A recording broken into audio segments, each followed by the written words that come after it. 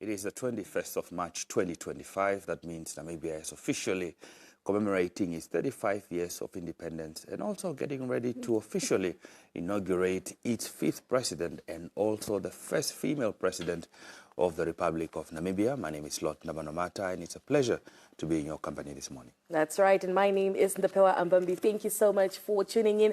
Happy Independence to you, our viewers from home. Happy Independence Day to you, Lord. We are celebrating 35 years of Namibia's independence, and this time around it's not the same.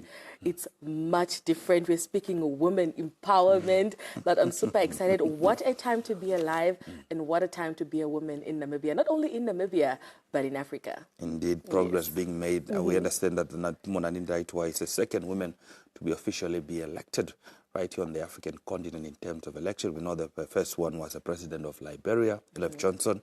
I believe she's in the country to attend also the ceremony.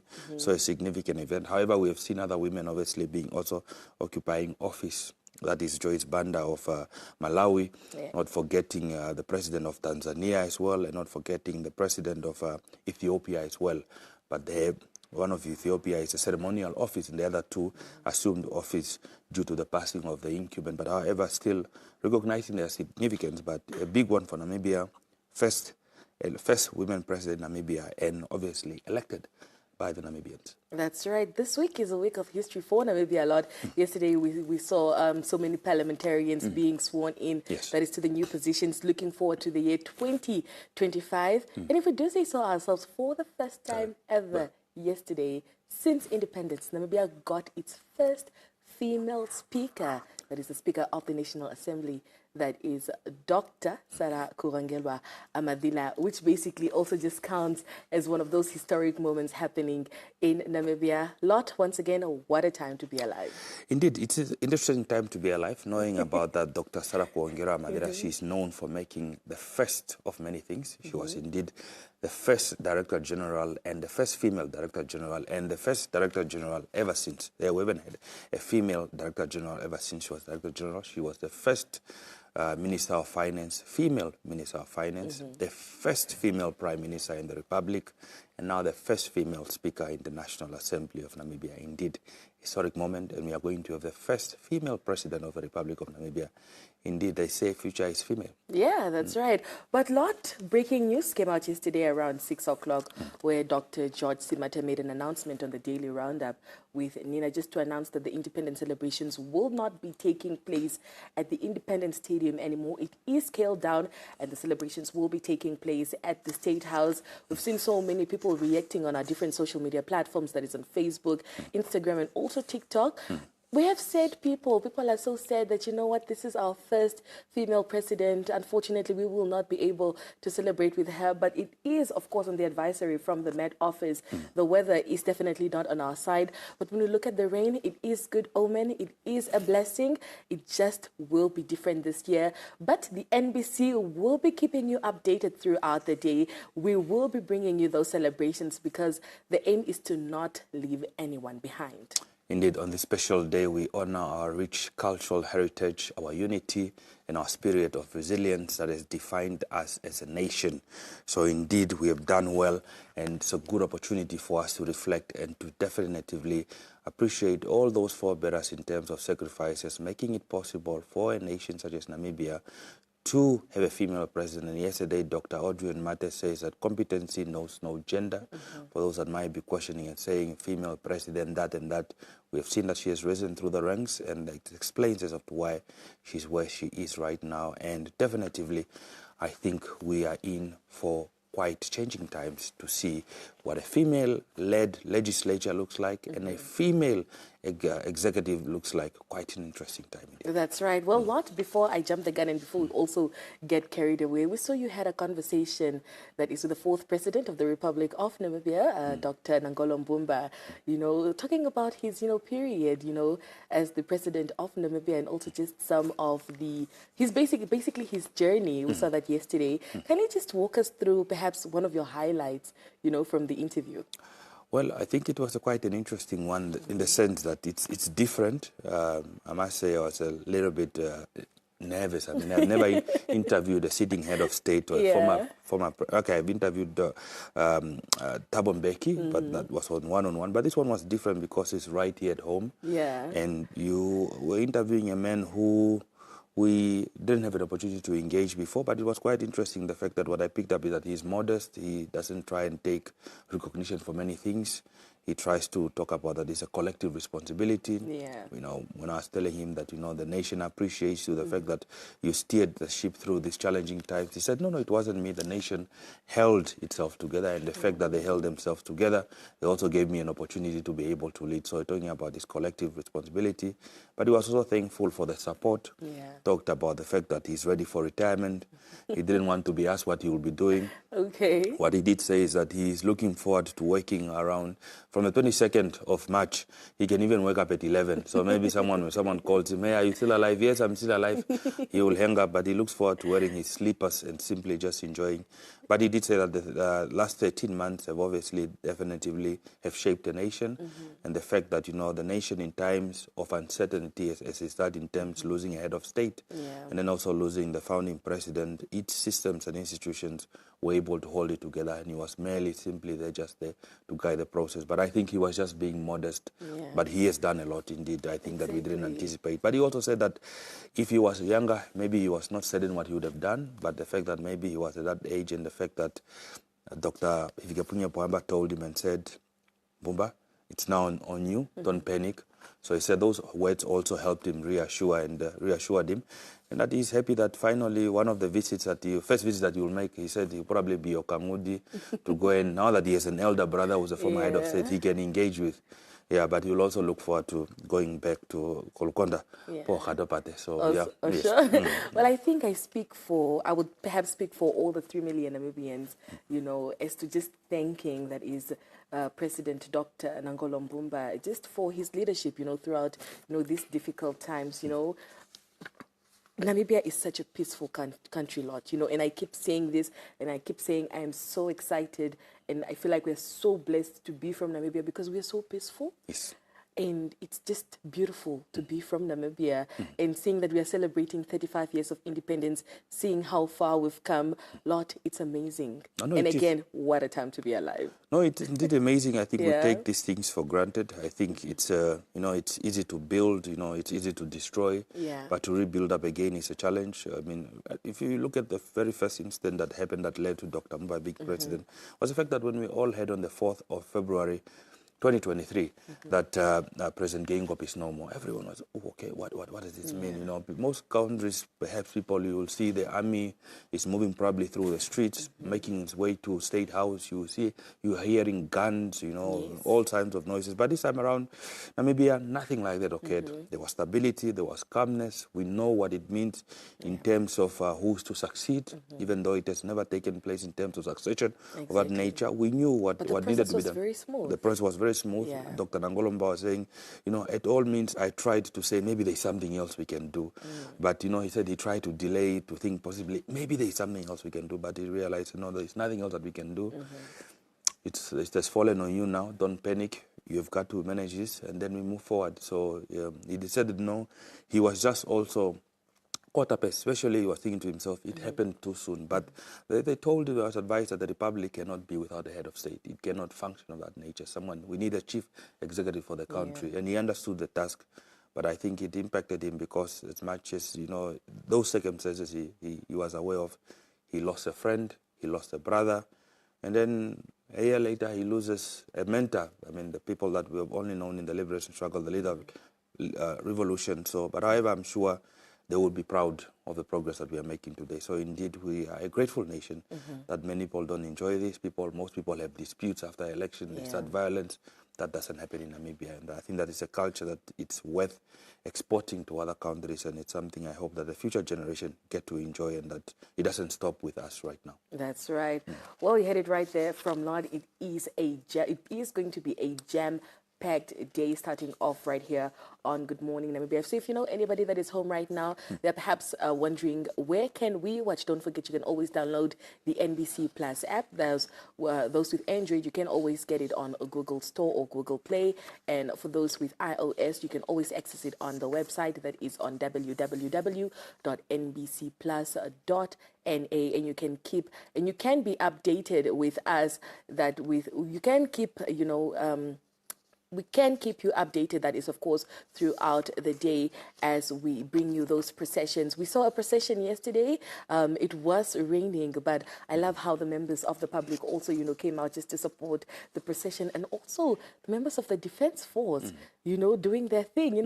I love it. Yesterday was a jam-packed day, and I loved watching NBC from home. You get to dissect everything, except, I mean, you also get to dissect it when you're in front of the screens, but yesterday was just so different, and we loved every minute of it. But today will be actually amazing as we see Namibia's 5th president, being inaugurated later on at State House, and we will be here to bring you those updates.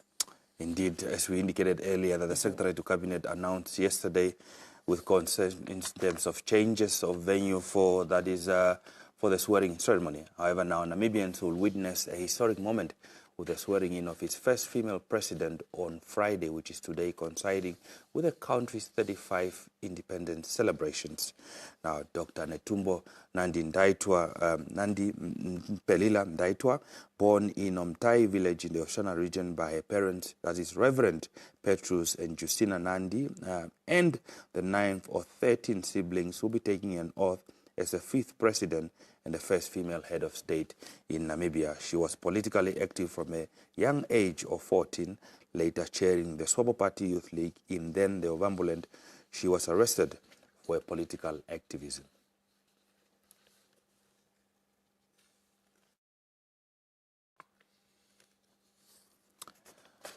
Now, looking beyond our borders, the presidency in South Africa has requested ANC members, that is, to refrain from tensions between South Africa and the United States of America with arrival of Ambassador Ibrahim Rasool. A homecoming rally is planned for his weekend by the party's Dala Omar region at Cape Town International Airport. The diplomatic tensions between South Africa and the United States of America are seemingly escalating, according to the presidency. Ambassador Ibrahim Rasool was expelled in the United States of America last week and declared a persona non grata. Rasool's political formation, the African National Congress, is planning to host a homecoming rally for him. But the presidency has called for maximum restraint from all political parties in order not to further fuel tensions with the United States of America. Makwenya says President Ramaphosa has halted plans to send a delegation to the United States of America because there is nothing to explain to President Donald Trump's administration. And there are no land grabs in South Africa or human rights violations against a particular race that are eluded by the United States of America. A delegation will only go to the states to engage on trade relations, but not to explain the country's land redress program of Land Expropriation Act.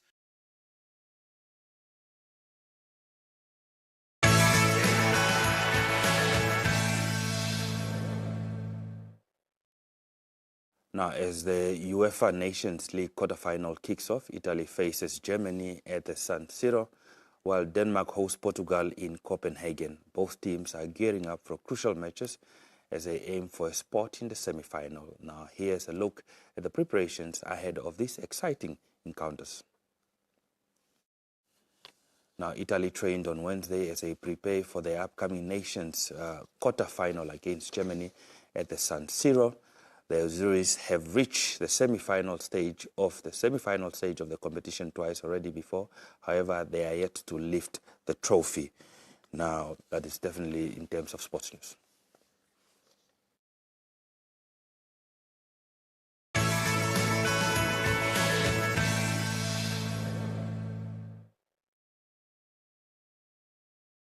Now, taking a look at the weather conditions, widespread thunder showers are expected to persist over the interior with localized flooding, except in the Zambezi, Kavango East, Kavango West, and the eastern part of the Oshodanjupu region. So please take the necessary precautions. And the temperature in the interior is expected to be partly cloudy and hot in the northeastern parts, elsewhere cloudy and warm with widespread thunder showers with localized flooding. The coast will be cloudy and warm with showers in the morning, and the wind is expected to be moderate to fresh northwesterly. Now for the tides at Walvis Bay, a high tide is expected to take place at 7 minutes to the hour of 7, a low tide later on in the afternoon at 2 minutes past the hour of 1, and a high tide is also expected at round about 7:30. The sunrise in the city, the sun is expected to rise 4 minutes to the hour of 7, and we can look forward to it setting at 1 minute past the hour of 7 later on in the evening. For now, let's take a look at some of your expected minimum and maximum temperatures in your respective towns.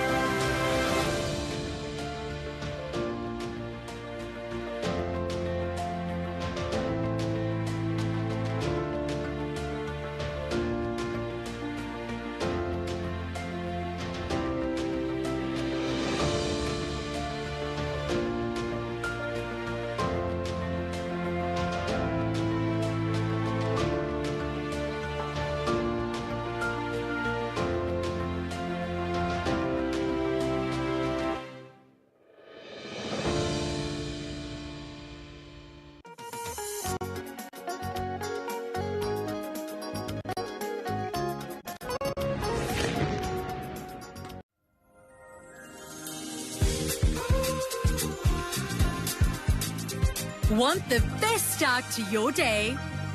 Satiskin Refreshing Body Wash, enriched with moisture-boosting vitamins and glycerine, energizes your body and awakens your senses.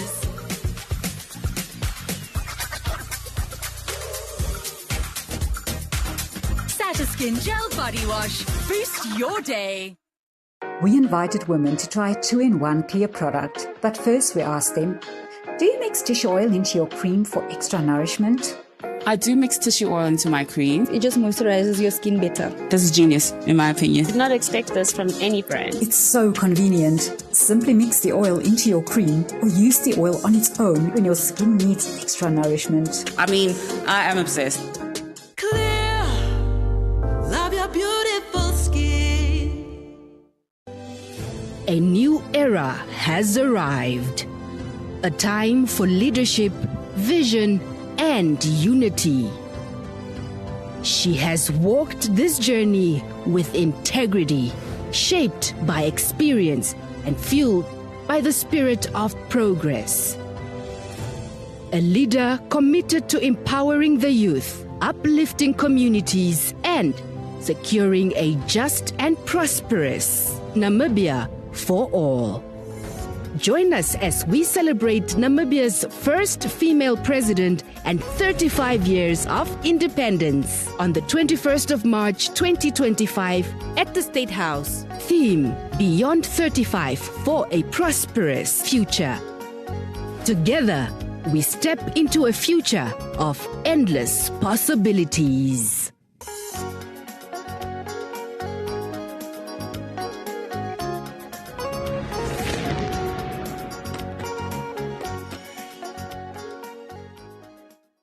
Welcome back. Now, the Independence Stadium was set to host the inauguration as well as host the Independence anniversary that's taking place today. However, last night we saw a notice being announced, that is by the Ministry of Information and Communication Technology, as well as the Secretary to Cabinet right here on NBC, talking the fact that we have changed venues, and the venue for the Independence celebration will now be taking place at State House, rather.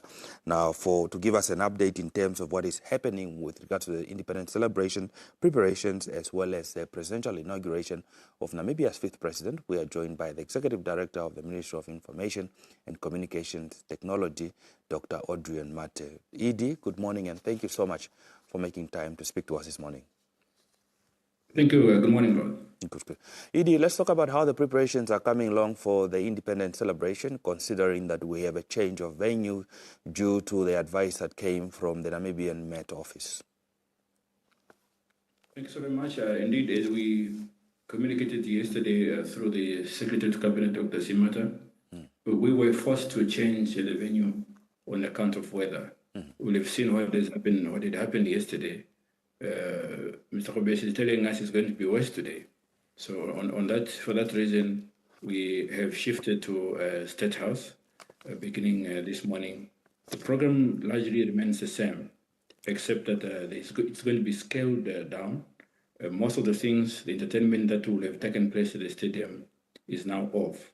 Most importantly, limitations in terms of attendance will now apply. There are 500 guests that will be in attendance. And I would really like to make this very clear in terms of the numbers. One, the people that will be attending the swearing-in ceremony are only 500, of which 250 are foreign dignitaries. Then we have 96 members of parliament. Then you have 14 ministers in attendance. Then you have 14 governors. Then you've got 8 traditional leaders, plus 5 family members who are 100. That brings you to 500 in total. So if your category is not mentioned in these, it's purely because the space is limited. We can't afford to accommodate everybody else at State House. But those who have received invitations for luncheon, that would have started at 1 o'clock, that invitation stands. So they are encouraged then to join for lunch at 1 o'clock. As I said from the beginning, this is 2 events in one. First is the 35th independence anniversary. Then secondly, it is the inauguration of the 5th president. So those events will proceed, of course, scaled down on account of space limitations, which results from the unfavorable weather conditions. Okay. Now, Edie, you did mention that we're expecting over 250 dignitaries. In terms of those arriving yesterday, we did see President Hichilema of Zambia arriving in Namibia. We also know that the president of Angola has indicated he's arriving. We have also heard that we anticipate the arrival of Dr. Cyril Ramaphosa to attend, and as well the president of Tanzania. Which heads of state so far have we seen that have arrived and have confirmed their participation?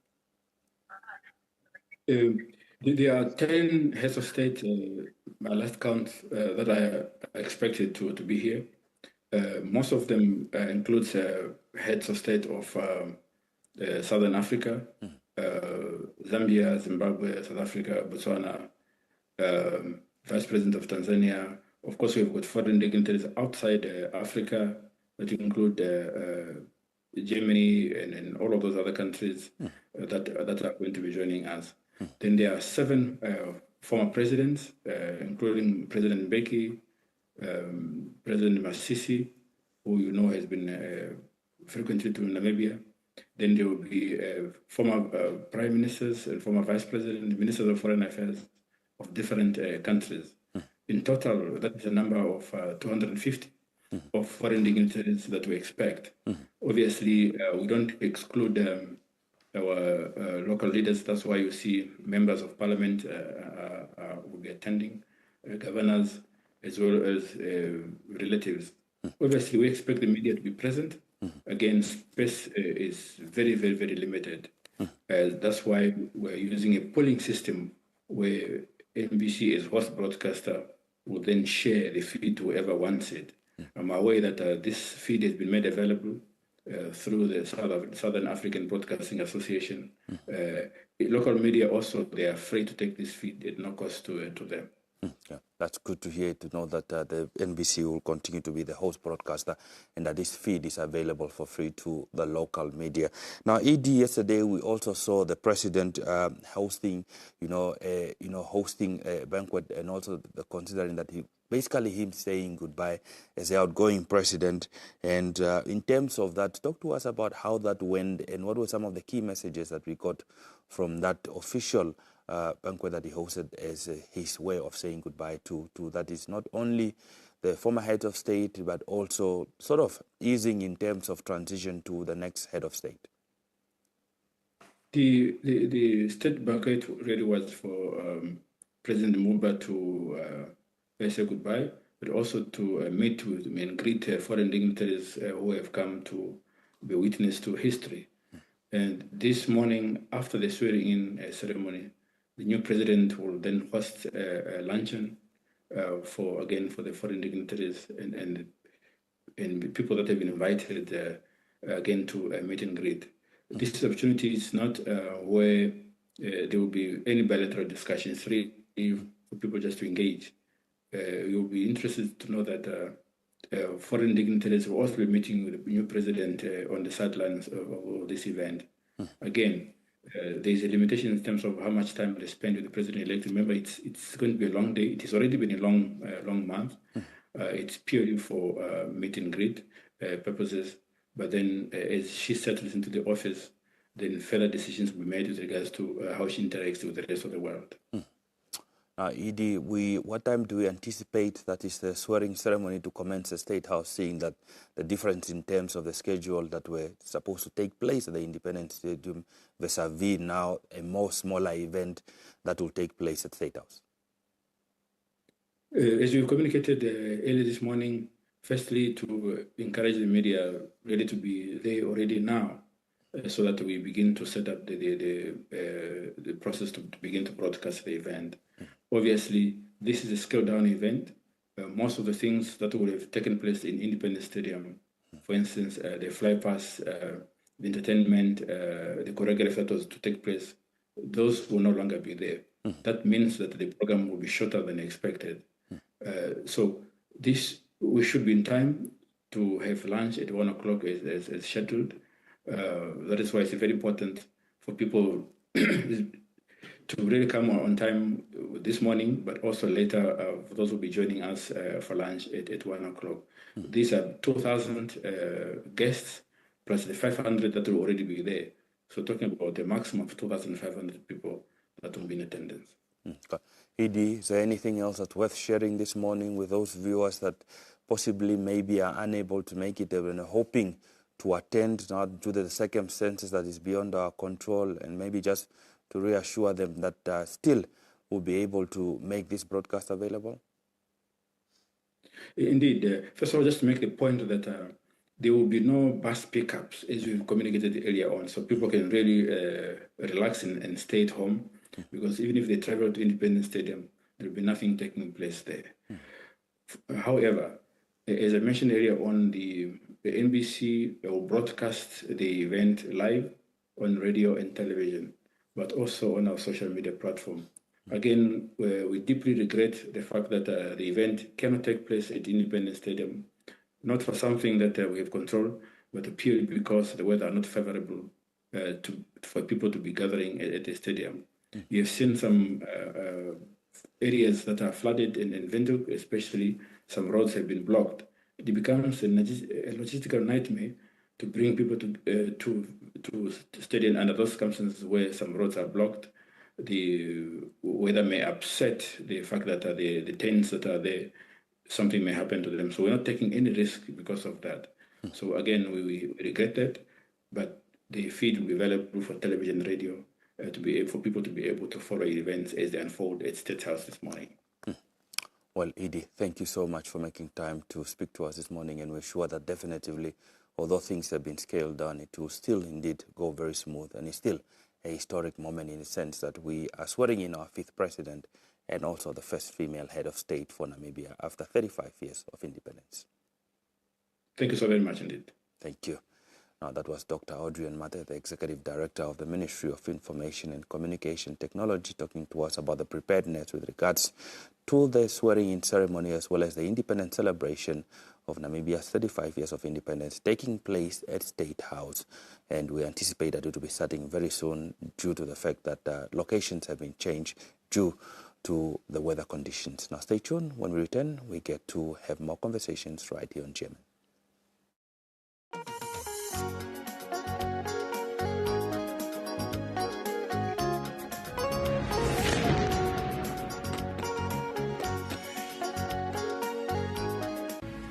We can look back with pride at the many successes that were achieved after independence in many areas of social and economic development. We are proud, and rightly so, of the peace and stability that our country has enjoyed since that joyful day, the 21st of March, 1990.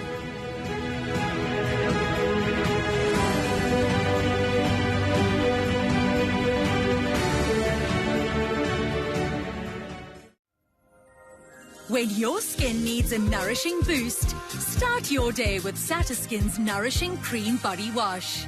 Enriched with 5 moisturizing oils and glycerine, it revitalizes your skin and your senses. Satiskin Cream Body Wash. Boost your day. How we acquire it, it did not come by itself. It came through sacrifices. It came through crossing the rivers of blood. And therefore, when we celebrate, we know what we are celebrating. Is something that cost us much. Is something that brought us to the point that we can take our own decisions without anyone else from other countries telling us what to do and what not to do. That is worth celebrating.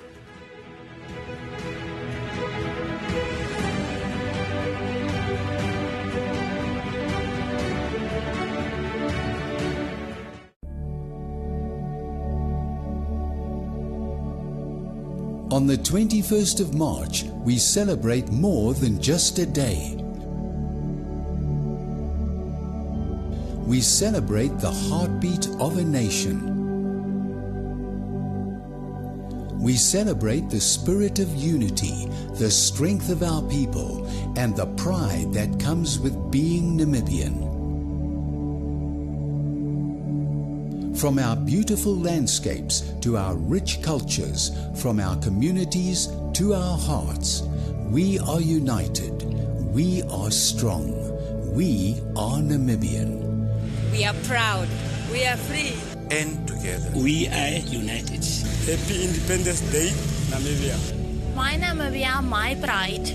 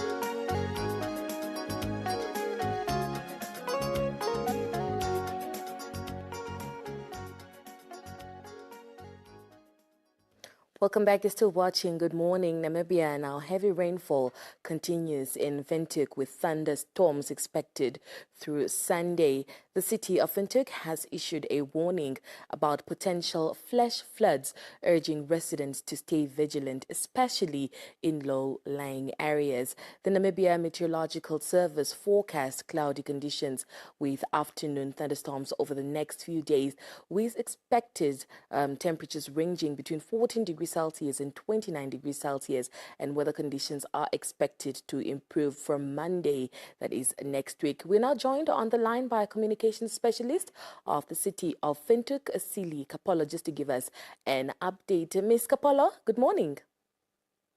Good morning, and thanks for having me. Thank you so much for making time to talk to us. Heavy rainfalls were experienced yesterday throughout the country. Many witnessed vehicles being swept away, and from the reports that we have allegedly 9 vehicles which were swept away, and also 8 of those which were basically recovered yesterday. Can you just talk to us as to the update with those vehicles, and also how the city of Windhoek has managed to sensitize the public over the past few days? Yes, over the past few days, the city of Windhoek has been proactive in informing and educating the public regarding the ongoing heavy rainfall and flash flood risk. Obviously, utilizing our various communication channels, including our social media, local radio, and our community outreach programs. We have issued several safety alerts and flood warnings to residents. We also have a good working relationship with the Namibia Meteorological Services, as well as the Office of the Prime Minister, which has enabled us to provide timely updates on weather forecasts. Additionally, we also have a multidisciplinary team of officials on the ground. For instance, we have the Human Settlement Office, which is ready in case of evacuating the residents. We have roads and stormwater colleagues who are also ready to deal with any stormwater related issues. We have emergency services, disaster risk management team, as well as the Windhoek City Police. So all these colleagues are ready, they are on the ground, they are monitoring the situation and also ready to respond to emerging flood risk. All right. Now, residents are advised to avoid flooded roads and river crossings as water levels can rise quickly. And we've seen in a few instances where people actually underestimate some of those flooded areas. Can you just talk to us as to some of these riverbed areas that should not be crossed, and also some of these roads that are closed off for now? Yeah, we, through our, information sharing sessions, we strongly advise residents that to avoid crossing flooded roads and riverbeds, particularly during the period of heavy rainfall, when water levels can, increase rapidly. There are some higher risk areas, which include Komazda, Katutura, Auckland Park, Klein Windhoek, as well as Olympia. And some specific roads that should be avoided, as of now. Like, for example, like as of yesterday, last night, some roads were closed.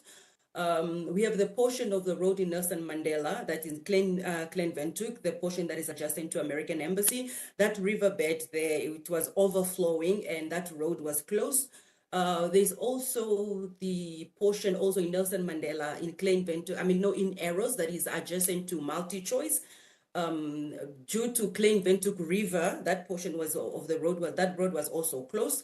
And then we have some areas in Komazda due to the Arabush River that runs across Komazda until Katutura. For example, in Florence Nightingale Road, the area that is close to the Gamam service station, that road was also closed. We have Edsel Road in Komazda, Rand Street, as well as some a portion of Shanghai Street. There's also a riverbed there, Arabush River, and so that road was also closed as of last night. And as well as in Katutura, Abraham Mashego, that road was also closed. So these areas are prone to flooding and should be avoided at all times. All right. Now, on our screens right now, we're definitely showing some of the visuals of the road damage yesterday. And that specific one that is on right now is the road between Rehoboth and Windhoek. Can you just give us an update on that one? We also got an update yesterday of the Grace Block bridge that broke down yesterday. Can you just give us an update on those roads? The Rehoboth roads, yes, I'm sure information was given yesterday by the Roads Authority. That's out of our jurisdiction. It's a national road, and I believe that Roads Authority is doing whatever they can to reconnect the city again with to the south part of the country, and I'm sure they'll be able to give update in that regard. But as of yesterday, we had Mr. Lutombi made an announcement that the team is on the ground already to, to make sure that all necessary repairs are done. But that's a national road and it's a bit out of our jurisdiction. All right. Now, in cases of emergencies, what is the contact number that the public can use to make some of these phone calls in case they come across some of the issues or situations that are perhaps out of their jurisdiction where they can perhaps help others? What are some of those magic numbers? In the event of an emergency, the public can contact the City of Windhoek Emergency Control Room. Our number is 061 211 111. 061 211 111. It's a 24-hour number. And we are actively assisting at the moment with a number of issues. We have various services that we're offering. Evacuation of households from flood-prone areas. We also respond to vehicles stranded in flood waters or flood-related accidents. We're also addressing stormwater drainage issues, and in case of any stormwater drainage issues, please do contact our Roads and Stormwater Division, which can be contacted at 061 290 2363, 061 290 2363 to report any blocked drains or related issues. All right. Silly, perhaps before we let you go, what is your advice to the residents of Windhoek as we experience heavy rainfall? We want to urge residents to remain vigilant and to follow the guidance of local authorities during this rain season. The ongoing heavy rainfall and flash floods have caused significant disruptions, and it's essential for everyone to take precautions in order to protect their lives and properties. We also encourage residents to stay informed through official channels, of course, and also to remain cautious. And for any emergencies, as I said already, please do contact our emergency control room.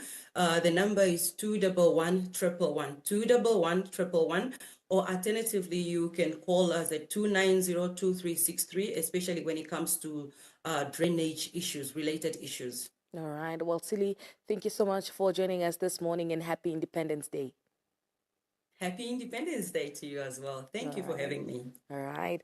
Silly Kapolo, communications specialist of the city of Windhoek, joining us this morning, just talking to us. They're saying that we have been experiencing showers, that is, of course, throughout, and we are expected to experience those showers, that is, of course, until the weekend, cautioning the residents of Windhoek to not underestimate those flood-prone areas and also roads. Also, just giving us that emergency number, let's not forget it, 061 211 111.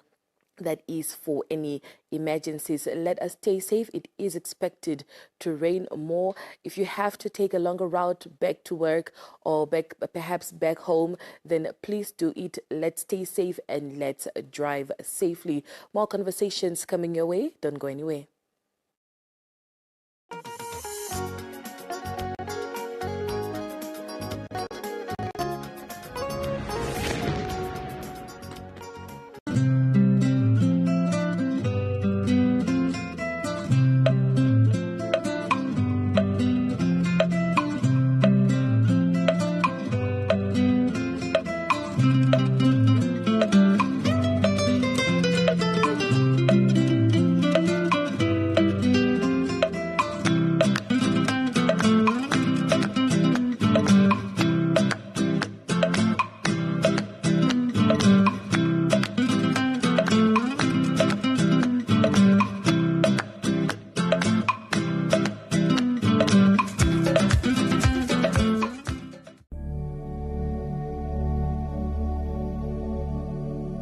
On the 21st of March, we celebrate more than just a day.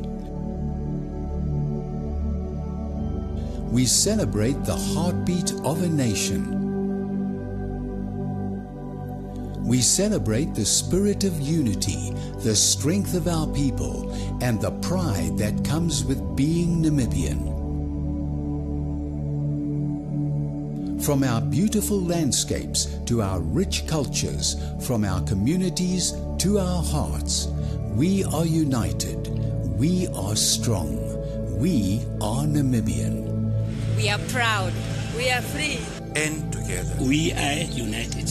Happy Independence Day, Namibia. My Namibia, my pride.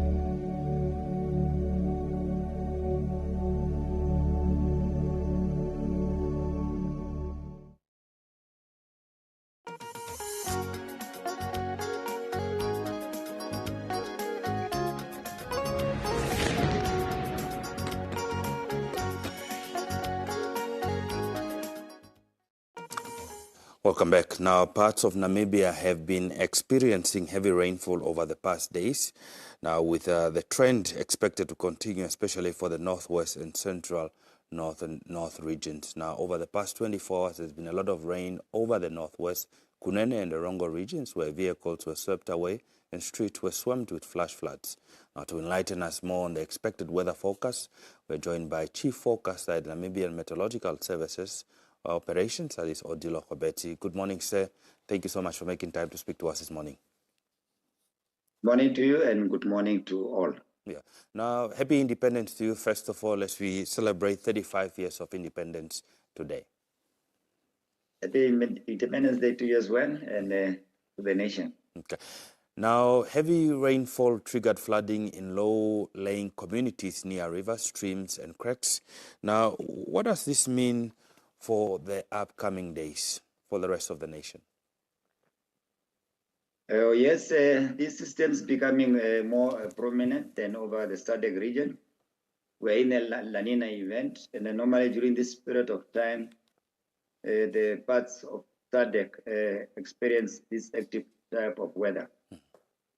So we have seen that taking place, even though it's been many years that this system is becoming so prominent. But with climate change, this is possible. Rain has taken place and heavy storms has taken place. This we have seen ourselves. So these systems are becoming more prominent during the rainy seasons. We're in the second part of the rainy season, which is now becoming to the end. Normally, officially, it's in March, end of March. But there is that trend of also extending to about April, up to the second week of April.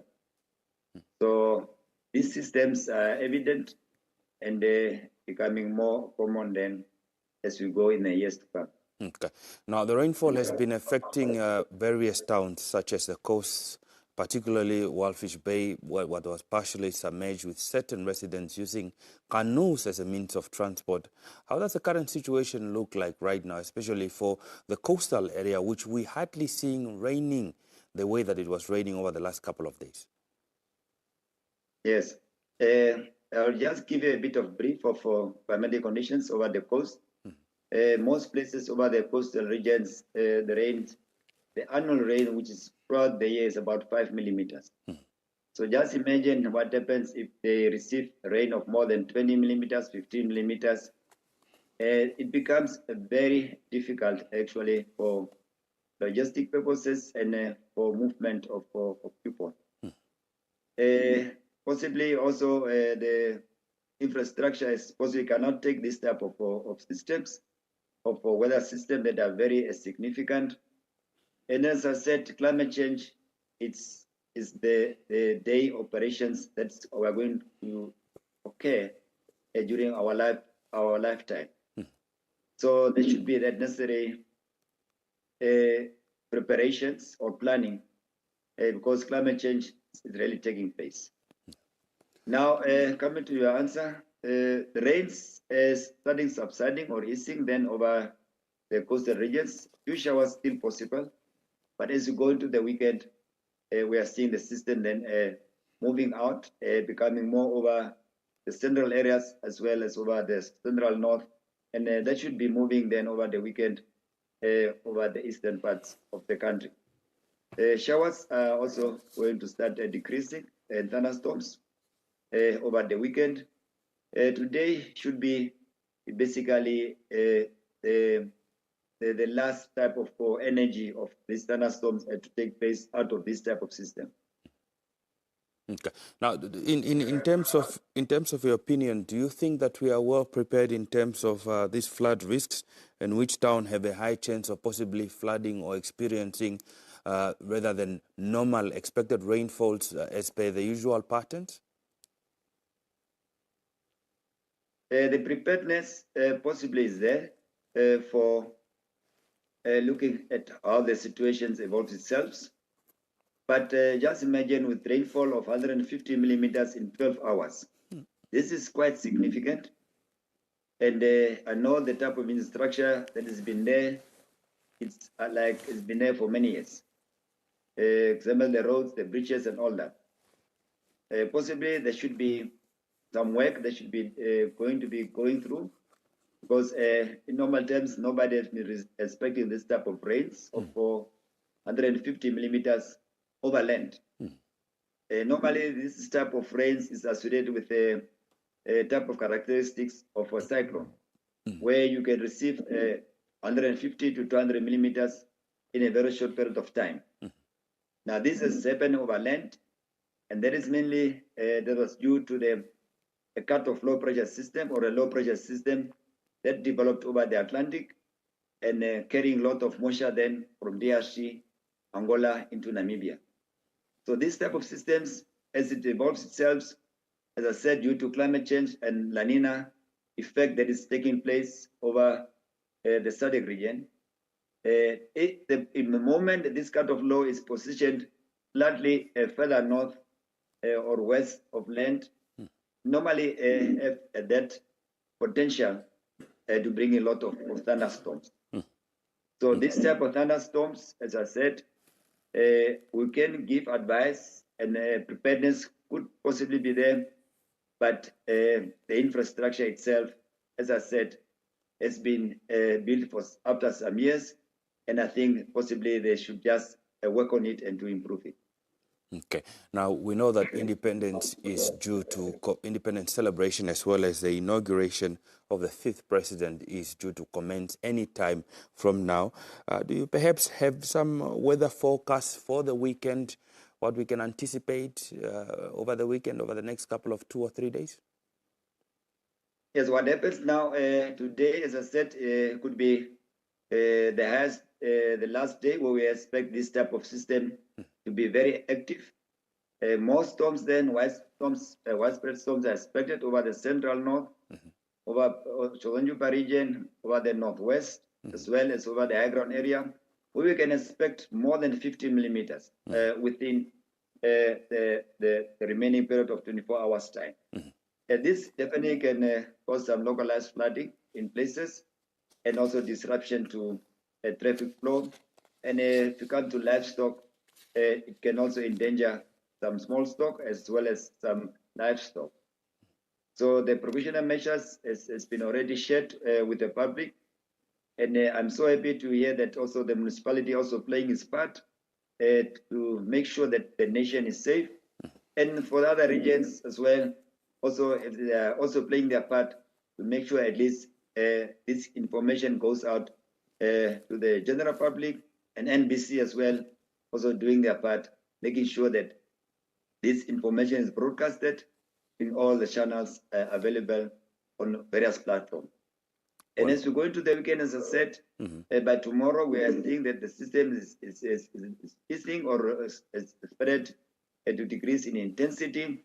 There will be, however, some showers taking place, but not that much of significance. So as we go into the week of Monday, there will still some showers be active over the Namibian interior. Well, Odilo Khobeti, thank you so much for making time to speak to us this morning and giving us an update, and that we must anticipate to receive that is 50 millimeters of rain in those various areas you highlighted. Now that was Odilo Kobeti's chief forecaster at Namibian Meteorological Services Operations, talking to us about those weather conditions and what we can expect over the next 24 hours and over the weekend. Now, when we get to return after the break, Ndapewa Mbabi brings you the news right here on GMN.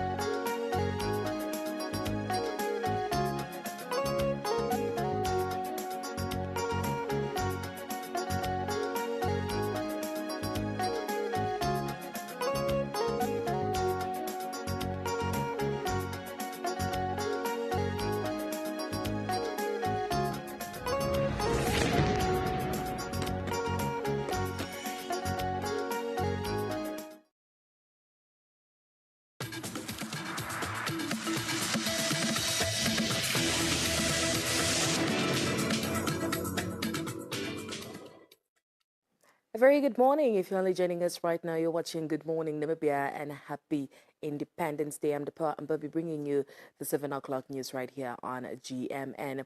Leading the bulletin, truck drivers are essential to the transport industry, but the work is physically demanding and puts them at risk of chronic health conditions, including diabetes and hypertension. When combined with fatigue, these conditions can further pose a risk to their service, slowing reaction time and increasing the risk of accidents. To address these concerns, the Walvis Bay Corridor Group, in collaboration with road safety stakeholders, hosted a Thank a Trucker and Wellness Day at the Keetmanshoop Police Roadblock outside Keetmanshoop. Campaign emphasizes the importance of truck driver health and wellness and the critical role these factors play on road safety. Clara's Governor Aleta Friedrich expressed her appreciation for the dedication and hard work performed by truck drivers. Your role in our economy cannot be overstated. You are the lifeblood that keeps our supply chain moving. Every mile you drive ensures that essential goods reach their destinations, whether it's a food on our tables or materials for business to thrive. You are not just transporting cargo, you are facilitating commerce and enabling growth throughout Namibia. Walvis Bay Corridor Group's marketing and communications manager explained the one-day campaign's target is to reach 150 truckers and screen them for health and wellness purposes. The aim of this campaign is to appreciate and honor our truck drivers, who we passionately also call our corridor heroes, for the commitment, for their dedication, and for risking their lives to ensure that us as a nation, we are constantly supplied. So that is the role of this event. And we also recognize the truck drivers as a backbone of the transport and logistics industry. Pollers describe truckers as the backbone of the transport industry. The rules of the road. I wish you happy 35 Independence by Friday, of course. We are going to celebrate even though you were on the road. And of course it's history for Namibia. First ever female president. So that means future is female. Thank you. So we have a small appreciation. There's a small lounge pack inside, some documents that you need to read through. And also we want you to be safe. We have also some condoms also in this bag in case any emergency arises. Lukman Kluter, NBC News, Keetmanshoop. In more news from the local front, the Namibian Police Force Women's Network constructed a corrugated iron house for an unemployed woman at Oshiwarongo. Jekinda Aris is a mother of 6 who has been living in a shack constructed with waste material. In an effort to give her a better living place and refusing to turn a blind eye to Aris' situation, the Namibian Police Force Women's Network came together to construct a proper corrugated iron house for her and her children. It was individual contributions. It's not official money. Each individual member of the Women's Network contributed a small amount, and all in all, we have the total cost, including some commodities that we have bought that you will see soon. It was 15,000 in total, 15,000 Namibian dollars that we have contributed from our pockets just to assist to have a better setup. The Police Women's Network also provided mattresses, blankets, toiletries, and food items. Aris did also not have a water token to get water from the community tap, which the Women's Network also provided to her. A grateful Aris, while looking at her new home, expressed gratitude. I just want to thank my generals, and I also want to thank my commissioners, and also the Women Network, women and men, for making it possible for me to be in shelter with my kids. I've been struggling with my kids for all my life, but today is my happiest day. I can't believe that I got a place like this. Arrest was identified through the Ochodonjuba police leadership, who worked in conjunction with the political and traditional leaders of the town. Evelyn Paulus, NBC News, Oshiwarongo. Now into the Zambezi region, the police at Katima Mulilo in the Zambezi region recovered 5 solar panels and a generator suspected to have been stolen from Muyako, while 2 others were intercepted in the area of Maunga in Linyati constituency. Katima Mulilo Police Station Commander Chief Inspector Charles Mayumbelo told NBC News that 2 of the Muyako solar panels were recovered in Zambia through a joint investigation by the Namibian and Zambian police, while another solar panel and a generator were recovered in Katima Mulilo's Cowboy compound. Whereby these other 2 solar panels, believed to have been stolen from Botswana, were also confiscated. And the 2 suspects were arrested, believed to be the Zambian national. They are in our custody right now. So I just wanted to urge our people that we need to be very, very careful when we are employing these people. And the other thing that I'm wondering, because some of these people, they are accommodated by us. They are accommodated by us.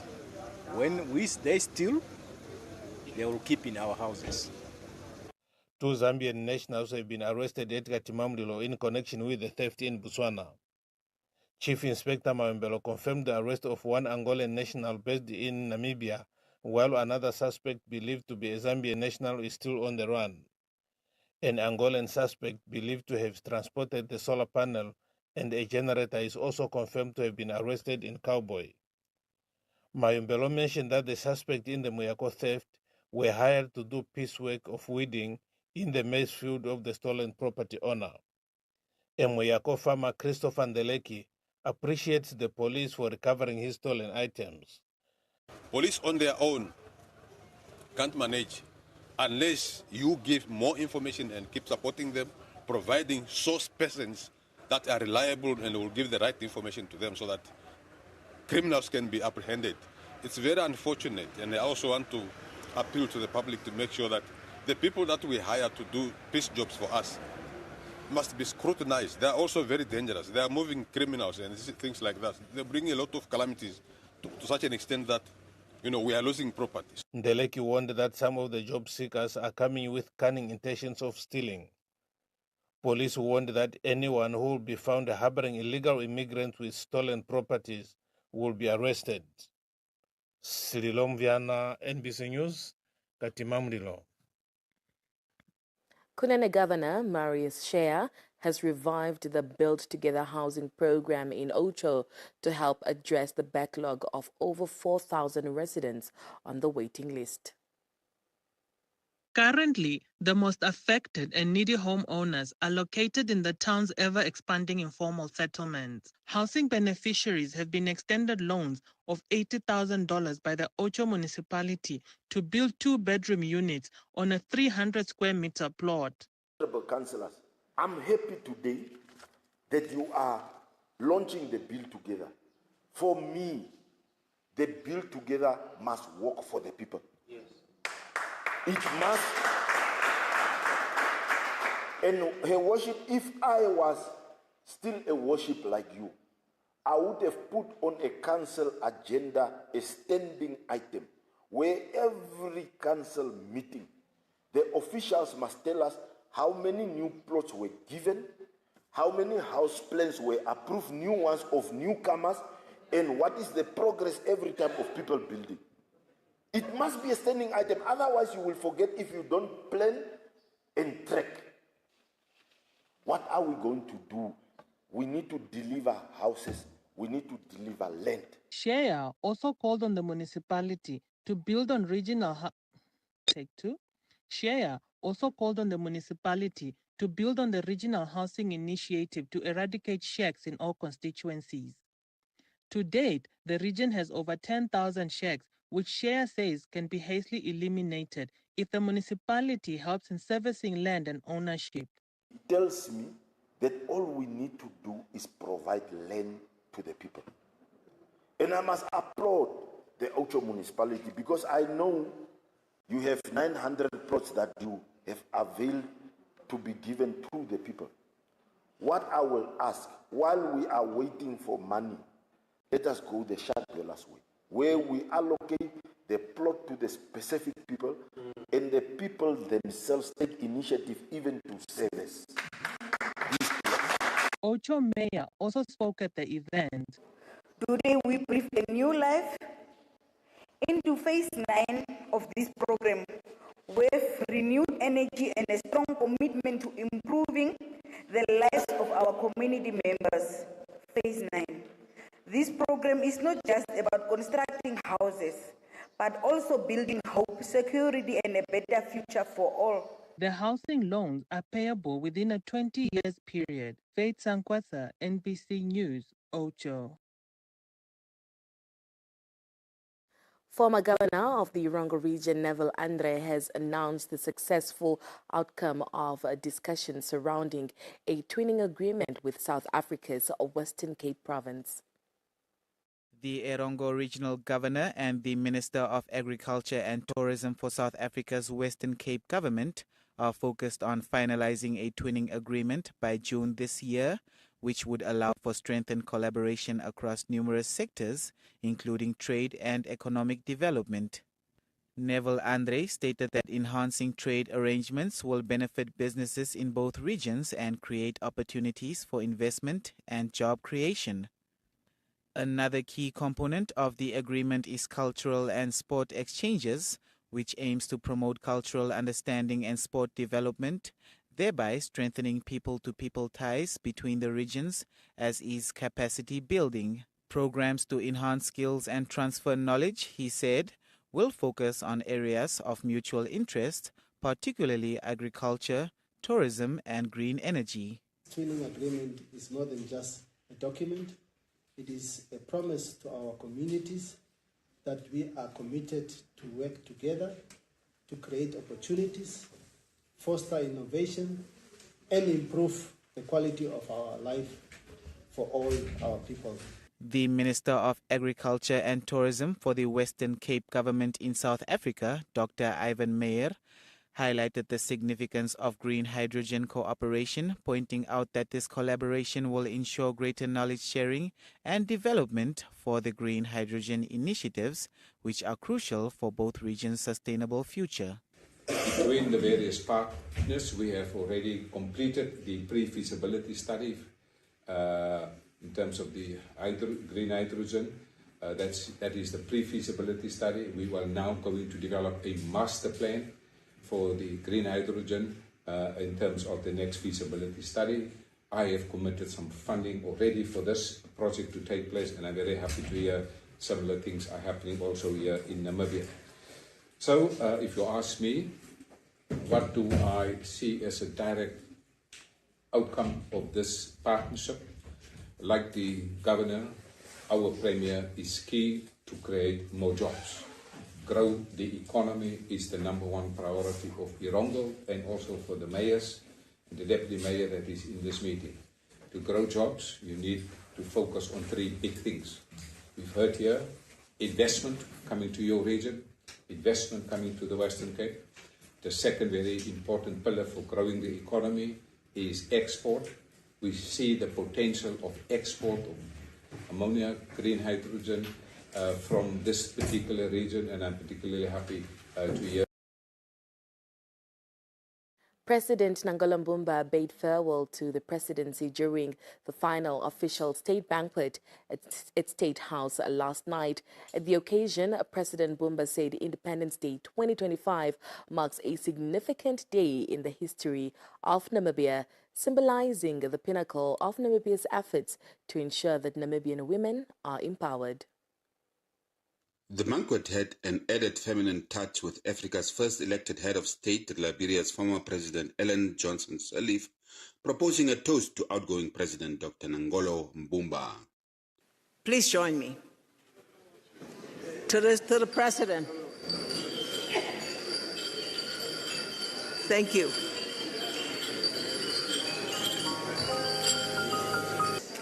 Let me applaud you for your long years of dedicated service, leadership to your country. I commend you for managing the processes that will bring in tomorrow the next female president in Africa.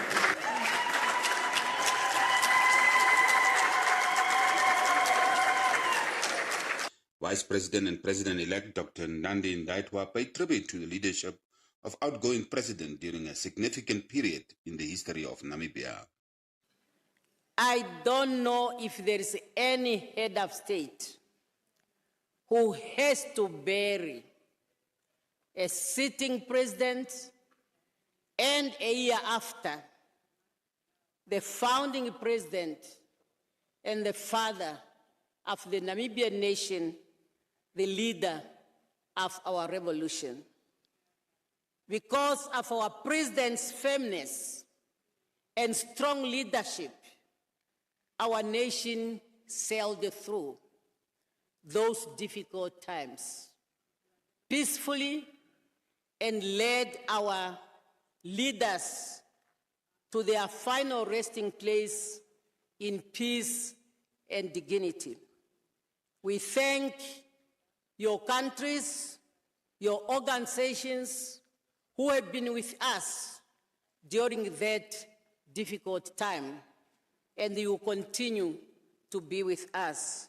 At the high table were also Zambian President Hakainde Hichilema, Ghana's Vice President Prof.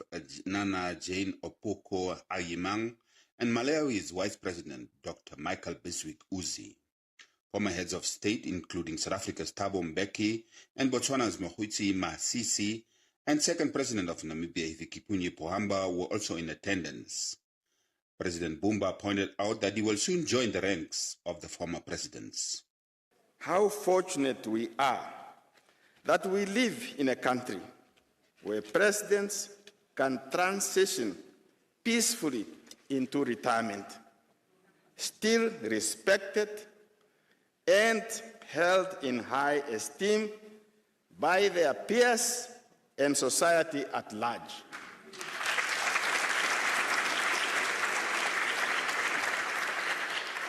Let me appeal to my nation.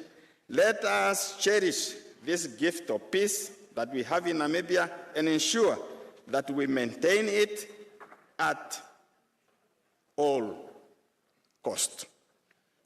Distinguished guests, as I stand here reflecting on the past year, it truly feels like I have served a full 5-year term. What I have experienced over 12 months is something that can only be described as a monumental episode.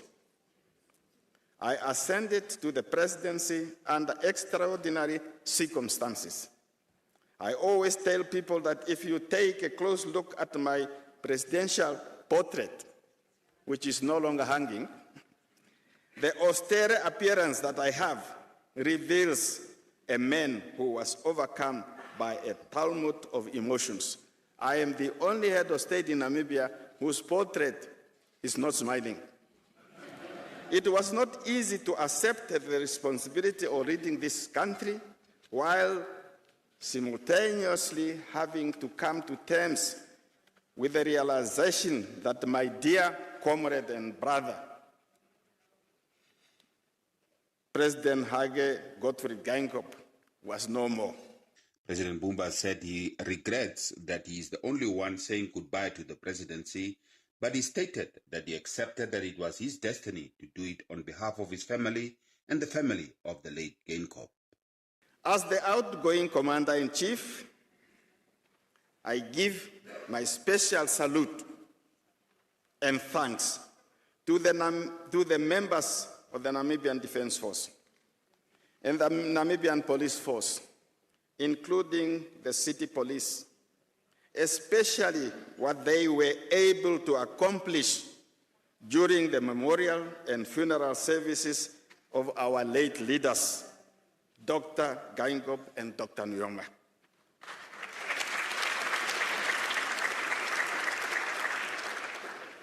They did everything that was demanded of them, and therefore I salute them, all of them.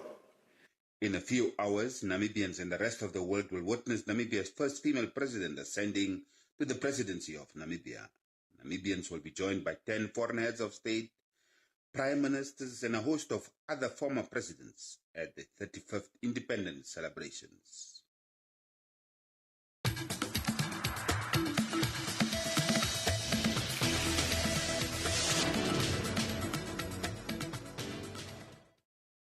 Now on to international news from neighboring South Africa.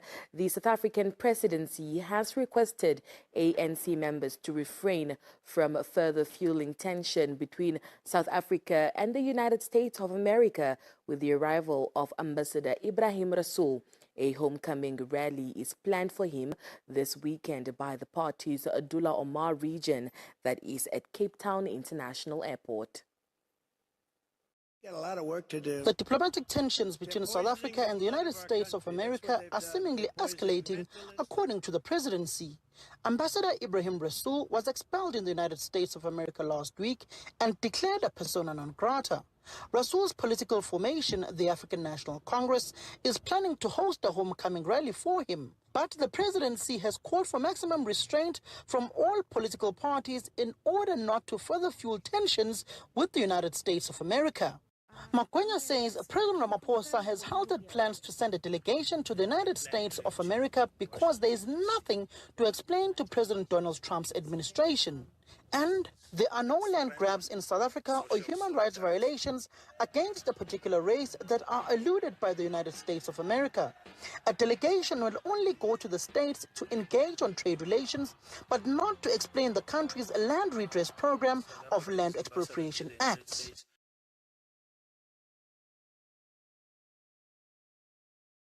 And that was all the news we had for you at this hour. You can catch the next bulletin at 1 o'clock as we continue to give you an update throughout the day only on NBC1. For now, we take a break, and when we come back, we officially cross over into the second hour of Good Morning Namibia.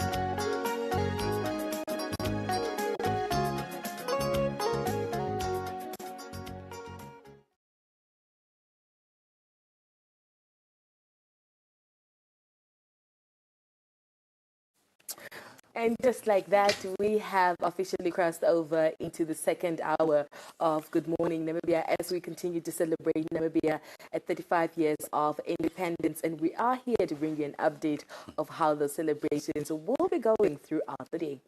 Indeed. Now, in terms of the second hour's engagement, we will be speaking to Dr. Elliot Adenimowa, a distinguished historian and an academic, to highlight the key moments that shaped our independence and how has Namibia evolved since gaining its independence. That's right. Now, we'll also be joined in the studio by two poets who will be basically performing a poem which is titled The Voice of the Free as we celebrate Namibia's growth and also strength.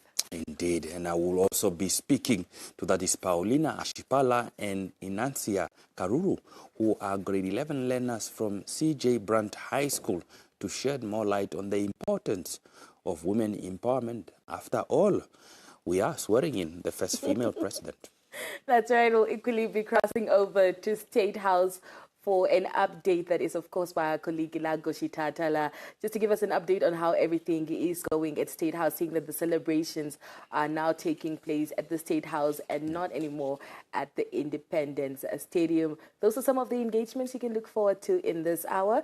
But for now, let's head over to State House, that is with Ilago Shitatala. Ilago, a very good morning to you and happy independence.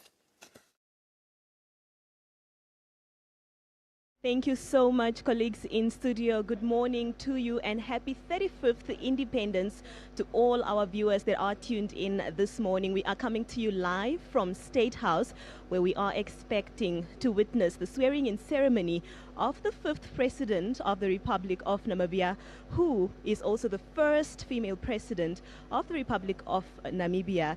Now, we are really, really happy to be here this morning, and we have been seeing some arrivals of various dignitaries. We are expecting over 250 foreign dignitaries to grace Namibia this morning in celebration of its 35th independence. This also includes local leaders as well as invited guests. Well, here we will be bringing you the updates of what exactly is happening, when, what will be happening as the day progresses. But we are seeing those arrivals and we will be bringing those to you as soon as we are able to. But right now we are about to tell you what the traffic matters look like in the capital city. Yesterday, of course, the capital city was filled with showers, beautiful, but also brought about many challenges. And we have the traffic officers here to give us the update. We are currently joined by Superintendent Marceline Murapo from the City Police Public Relations and Community Policing section to give us those details. Good morning. Good morning and good morning to our viewer. Happy Independence Day to you and the force. Yes, happy Independence Day to you too. Thank you so much. What do the road and traffic conditions look like? We do know that during the rainy season, many traffic lights are often affected. We see potholes. So what are we experiencing this morning in the capital city? Yes, no, this morning actually, in terms of our traffic lights, we do not have any malfunctional traffic lights. Yeah, it's actually good. Usually when there's rain, most of the traffic lights are affected. But this time around, they are all functional. They are functioning properly, and the only thing in terms of our road condition is just the road closure that is in Independence Avenue between Fidel Castro and Sam Nujoma Drive, and this is the portion between around the Hilton Hotel and Avani. Because of the movement there, we decided to close off that portion of the road, and we advised that we use alternative routes, and the roads like Robert Mugabe as well as Hosea Kutako and other roads that are open for traffic use. Apart from that, we also do not have any accident or notable obstruction at this hour. Everything seems to be fine, but I again advise that let's avoid then using the roads surrounding the State House. The movement of vehicles are expected to increase, especially surrounding this area. The road of Robert Mugabe, if you are approaching our State House, I will advise that from Marua Mall, you should divert to take over the other roads, especially if you are going to Grove Mall and all that, or Kleine Cooper, and also going to Olympia. Let's take alternative routes. Like I mentioned, the road are expected, the traffic are expected to increase in this area of the road. So how will you ensure that you contain traffic? Of course, we are expecting various dignitaries to be arriving, and we know that movement with these dignitaries is also quite different from how the city is normally operating. So how will the city police ensure that there is order, there is protection of the dignitaries? Yes, we have a number of officers at different intersections as we speak. I'm sure when you drove to State House, you met or you spotted some of our members at the different intersections. They are there to control traffic and also make sure that the road is smooth for traffic flow. And also at the same time, so we are visiting especially the roads where those roads that were flooded, especially yesterday. We are also making patrols there and make sure that those roads are closed off, especially if they are flooded. But all in all, we have our members around making sure the flow of traffic is smooth for everybody. Yes. How would you advise the Namibians, especially the residents of Windhoek and visiting residents here in the capital city that are here for the independence celebrations, to handle themselves during this period, especially when it comes to the riverbeds that are overflowing? Yesterday we saw about a report of 9 cars being stuck, some being, of course, retrieved from these riverbeds. Even though the message is being spread, it seems like it's not reaching many. So how should they behave? Yes, in terms of, you can see, like as we walked in here, the shower have started actually, the rain. I will advise that let's avoid using roads that are flooded. Let's use alternative routes like I mentioned, because yesterday, as per our statistics, 9 vehicles were reported to be washed away by the rain. And then 9 of them, 8 were rescued as of yesterday. 1 was still stuck. But as we speak, it was also removed. But from yesterday on, the water dried out a little bit, and then the road were actually opened. But what we'll do, close off, as we are patrolling and visiting this area where the roads where roads might be flooded, we'll close them off and also advise members of the public to really, if you see that the road is getting flooded, avoid taking chances or trying to cross over those roads, because the chances is that it may appear not so deep, but the chances of your car being washed away is very high.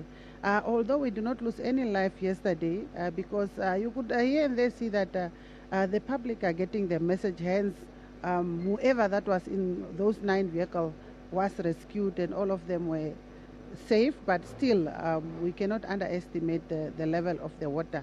So let's avoid crossing over those rivers, and if you come across one and that road is not yet closed off, inform us. So we send out our team and cordon off that street or close off those roads. And also at the same time, the public members are also advised, as you are coming to the State House, make sure you do not leave valuables in your vehicle. People believe that State House is, I know it's safe, security is tight, but there are those also are coming to take chances here. They will appear like they are all coming just for independence celebration, but they'll be beeping in those vehicles and see what is there, and they'll break in the cars. I saw some cars that are parked outside. Who is taking care of that? They might be carguard.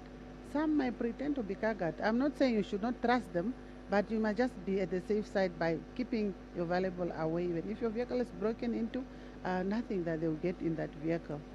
Yes, and also at the same time, those that are coming here, it's better we use public transport. I will advise that we use that, as the possibility of getting parking is not there, unless maybe for those that were invited, there could be parking provided for them.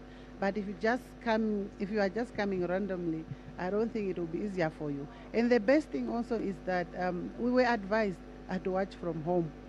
This is because of limited space. Let's follow that advice, and also to reduce the congestion, and also to reduce any issues that may cause distraction, and for all of us to watch from home, and that will be better. Yes. Thank you so much for that advice, Superintendent. We've also seen yesterday that some members of the public were taking the water and using it for some sport activities. We saw surfing, different activities happening with individuals taking risks and conducting those activities within the water, which many were also wondering, is this not a health risk? Is it not a life risk, most importantly? So is this something the city police recommend, or it's okay for people to decide what to do with their own lives? No. Actually, it's a security risk. Like I mentioned, we are patrolling. if we come across such individuals, we'll definitely not let them get away with that. We'll actually educate them, advise them, but should they continue, then we can see what measure then we should take. Because if you look at this water, it's a lot of things, the debris that being moved from one place to another, to wherever that they're being taken to. But then you are going in and swim. If you look at the water itself, it does not look fine for me for someone to swim in there. And the other thing is we do not understand the depth of these rivers. You cannot just go in there and swim unless it's safer maybe for them to do so. I understand that some of those people that were doing that are good, experienced swimmers, but how do you know that the river is safer maybe for that type of swimming? You see that some swimmers are trained to swim maybe in a pool or that clear rivers, but not this type of river beds that you go in and swim. I will not advise anybody to do that, but if we find them, we'll make sure to stop them. But I understand some of this event happened out of Windhoek, but one recorded for Windhoek in the area of Eves. So we'll try to patrol, especially the dams and those rivers where those type of activities could possibly happen. Well, Superintendent, thank you so much for being here and for giving us that traffic update. You're welcome, and we'll be out there. We'll be standing by for anything or any call for service. But let me give out our number for anything that may need our attention, and that is 061-302-302. Or we can be send an SMS, which is 4444 for any call for service. Thank you so much. Well, that was Superintendent Marceline Murapo coming to you live here from State House in Auersblick, bringing us the traffic update from the capital city, just really cautioning the public not to go out and swim in the water or attempt to cross some of these overflowing river beds into the streets that you could find that water. Don't attempt, do not think that your car can possibly cross this water.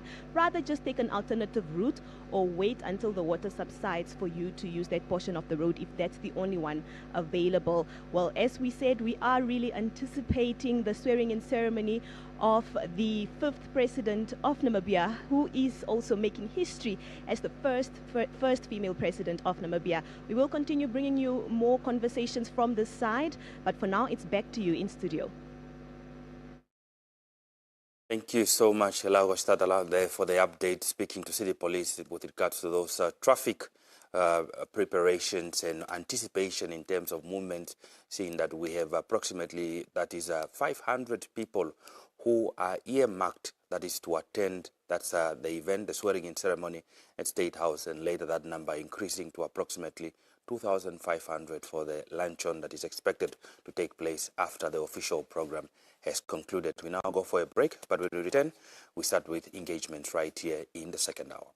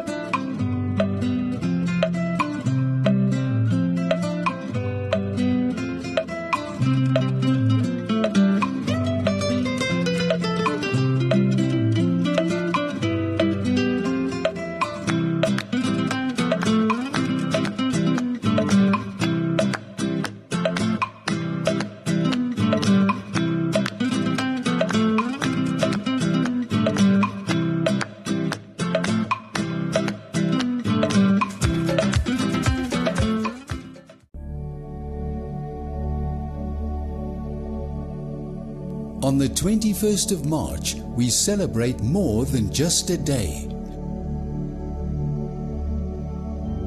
We celebrate the heartbeat of a nation. We celebrate the spirit of unity, the strength of our people, and the pride that comes with being Namibian.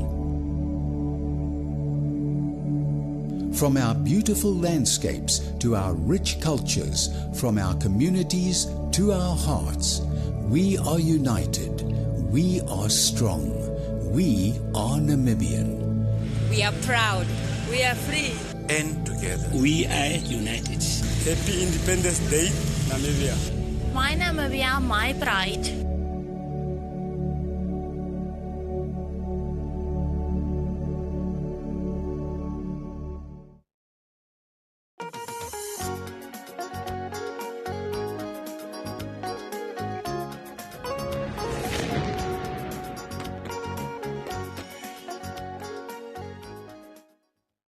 Welcome back. Now, as we approach our nation's independence, which is today, we take a moment to reflect on the journey that brought us here through the struggles, the triumphs, and the legacy of those who fought for our freedom, highlighting the key moments that shaped our independence. How has Namibia evolved since its gaining its freedom?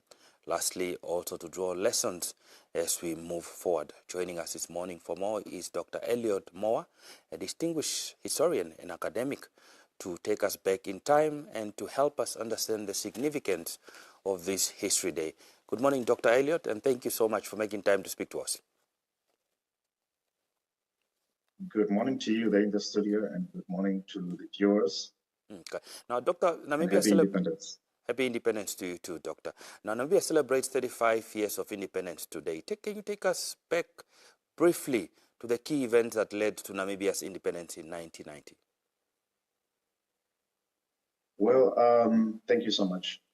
Well, Namibia's independence began way back before the current, or rather before the events that happened in 1989 that led to the independence of the country. It began with the actual colonialism of then German Southwest Africa by Germany. So during that period, we find that the German sought to subjugate and make the indigenous Namibian slaves, mostly the Hereros and the Nama, and we know the outcome of that. The people resisted. They said, no, we cannot be subject to any other outside settler. No one should take our land. So this resulted, of course, in the Herero and Nama genocide of 1904 to 1908 that we know. So that was the seed of resistance, where the independence that we gained in 1990 began. Then came to the South African rule from 1915 to, or rather formally from 1918, where the South African government was given mandate to prepare the people of Namibia for independence, that is, give them education, to give them a fair chance to self-determine their own course or their own path. But however, the South African government applied the apartheid laws, and by applying these apartheid laws, it only led to more resistance, increased resistance with the, of course, subsequent formation of various political parties in the country, including SWANU and SWAPO, as well as the eventual outbreak of the armed conflict or guerrilla warfare. And that saw tons and tons of Namibians fleeing this country into exile in Tanzania, in Zambia, and then Angola, all in a bid to free the country from the yoke of the apartheid South Africa. So then we, the South Africa, or rather the United Nations, applied pressure on South Africa as well, which eventually saw the parties who were the warring parties. Because remember, Namibia could have gained independence way back in the 1970s, but because of the international geopolitics that was going on between the global superpowers, such as the Soviet Union and the United States, our course was actually, we were in the crossfire. They say where two elephants fight, the grass suffers. So we were the grass by then. So our independence was postponed because of that. And eventually in 1989, with the demise, or rather the fall of communism, and the United Nations, of course, through the United Nations Transition Assistance Group, our independence was facilitated and we won. Indeed. Now, Doctor, we know that the MICT ministry has confirmed the number of head of state that will be attending this year's independence. Let's talk about, in brief, the international community's contribution to Namibia's liberation struggle.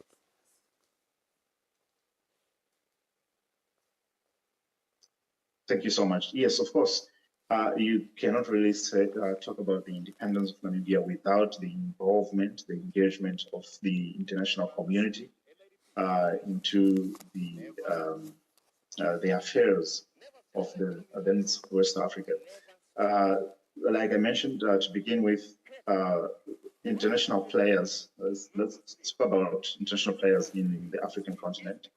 Tanzania was, in the 1960s, perhaps, one of the countries that gained independence and were actually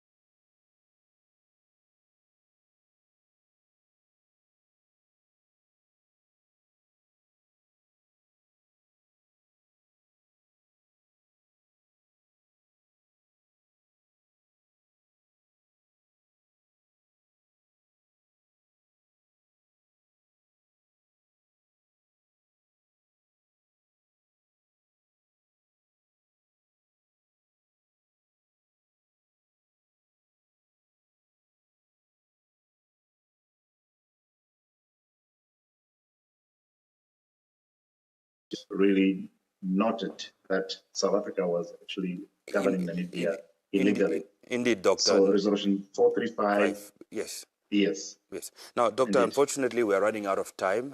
Today, we are witnessing the swearing-in ceremony of Namibia's 5th president and first female president. Yesterday, we also saw the election of a speaker. We also saw the swearing-in of young MPs.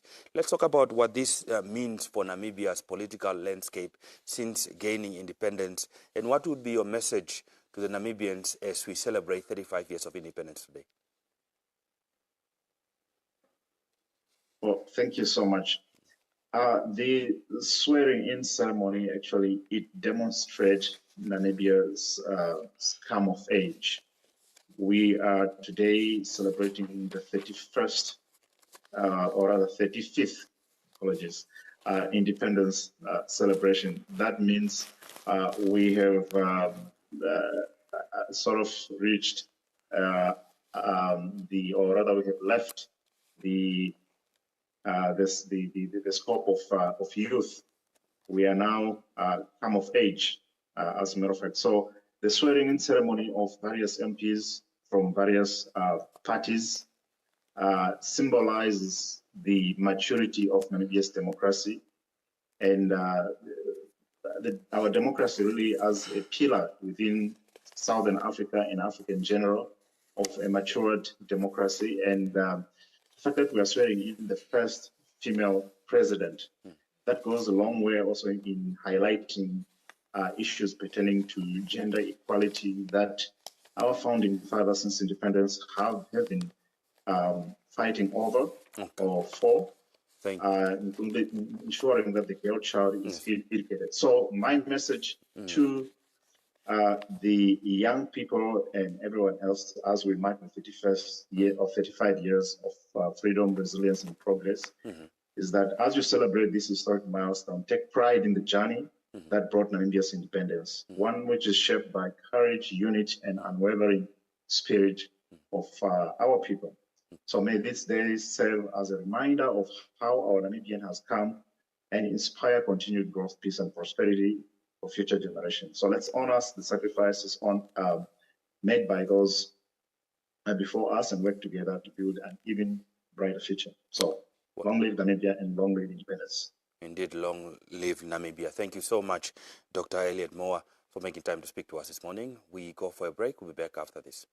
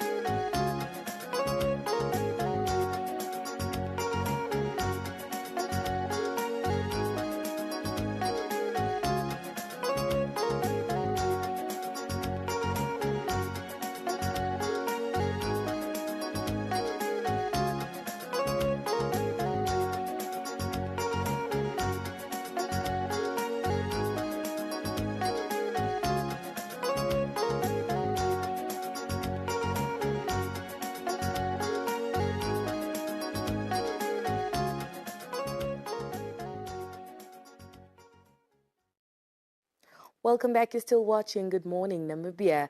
Now, Namibia's journey to independence is a story of resilience and hope. As we celebrate our freedom, we also reflect on what it means to be free socially, economically, and politically. Today, we are honored to welcome two powerful spoken word poets. Starting off with Kudayatu X Mamberwa, also known as Solve X, to perform Voice of the Free, celebrating Namibia's growth and strength. We are also joined by Advocate Masiku to share his poem, A Nation's Triumph, reflecting on our nation's rise from struggle to success. Well, guys, take it away. Voices of the free. We give our love from the bottoms of our hearts to this dampened soil, for we know what it's like to be deprived. Freedom is not just today, 35 years ago. It is the roof-rattling rain torrents like bleeding beloved blood that waters our freedom. Together in unity, we collect heavy heaving clothy clouds like flags flailing freedom. We are the land of the people who wear resilience on our chests like armor. Exchanging dreams amongst the tribes, Namibia is coming true. We carry the weight of yesterday because we are headed towards a great relief. This is transformation. 35 years of Tetris building the walls of the nation brick by brick. Namibia is on the brink of something new. We love thee, and the country hugs us too. The people mourn a great tree whose roots dig deep into the beginnings of freedom. We honor the shade he has left for us. Let us draw in the breath that remains. We are now in the hand of a mother, and walking in her mind. We have realized potential from the ocean to the Kalahari, covered in pride. This is our lives. Namibia, this is our home. A tiny seed, buried deep in the unforgiving earth. No sunlight to warm it, no water to nourish it. Yet against all odds, it pushes through stones and struggle. Rising strong, reaching high, blossoming into a sheltering tree for generations. Such is my Namibia, born from pain, curved by history's harsh hands, and shaped by resilience. The world was cruel, the road unkind, but we refused to wither. From an abandoned caterpillar, we wove our struggle into a cocoon of hope. emerging as a butterfly, vibrant, unbreakable, and free. We may be small, but our love stands tall. A nation united, one voice for all. Echoing loud from shore to shore, our spirit resounds forevermore. Small we may be, yet vast we stand, with the world's greatest desert carved in our hands. 14 regions, rich and wide, 11 cultures, side by side. Our late leader, a guiding light in our darkest hour, carved the path when none existed. He did not walk it alone. He carried us all, lifting a nation so we could all soar. Today, 35 years strong, every Namibian carries a pair of wings, the spirit of our ancestors, the fire of our independence, the promise of our future. Namibia, the butterfly that rose from the dust, dances in its own wind. Beautiful, free, victorious. That is my Namibia.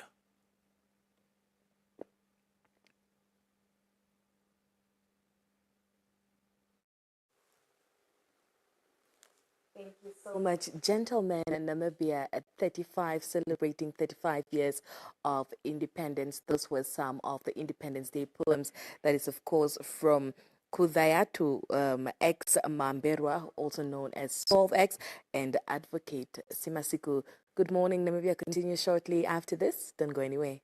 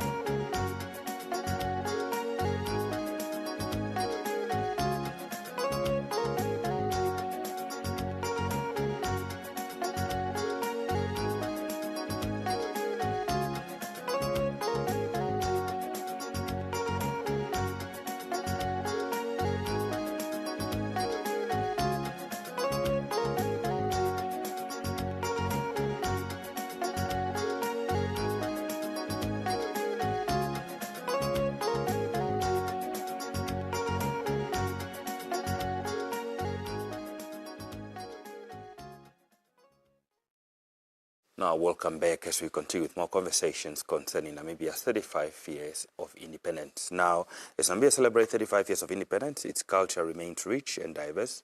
Our country is home to many ethnic groups with many traditions, languages, and customs. Now, despite these differences, we share a strong sense of unity and pride in our heritage.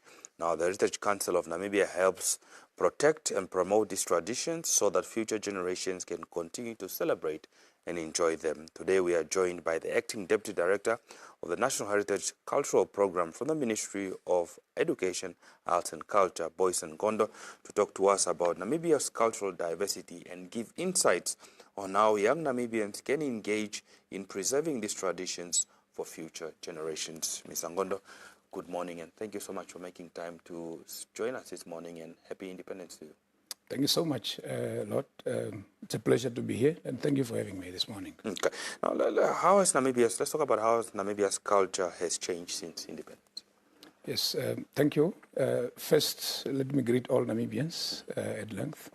And before I answer your question, I also wanted to extend a word of gratitude to the National Broadcasting Corporation through your various platforms. I think you have been a partner of choice in advancing and advocating for heritage, and my presence this morning is a clear testimony to that. We have a number of projects that we are running with the NBC, both TV and some of your radio stations, and just wanted to really appreciate that as we celebrate the 35th independence celebrations. You know that as Namibia, we have gone through and we have endured a very hideous and difficult history, having to deal with a number of regimes and administrations that were meant to divide our people. We've gone, you can talk about the 1904-1908 genocide, the aerial resistance, the liberation struggle.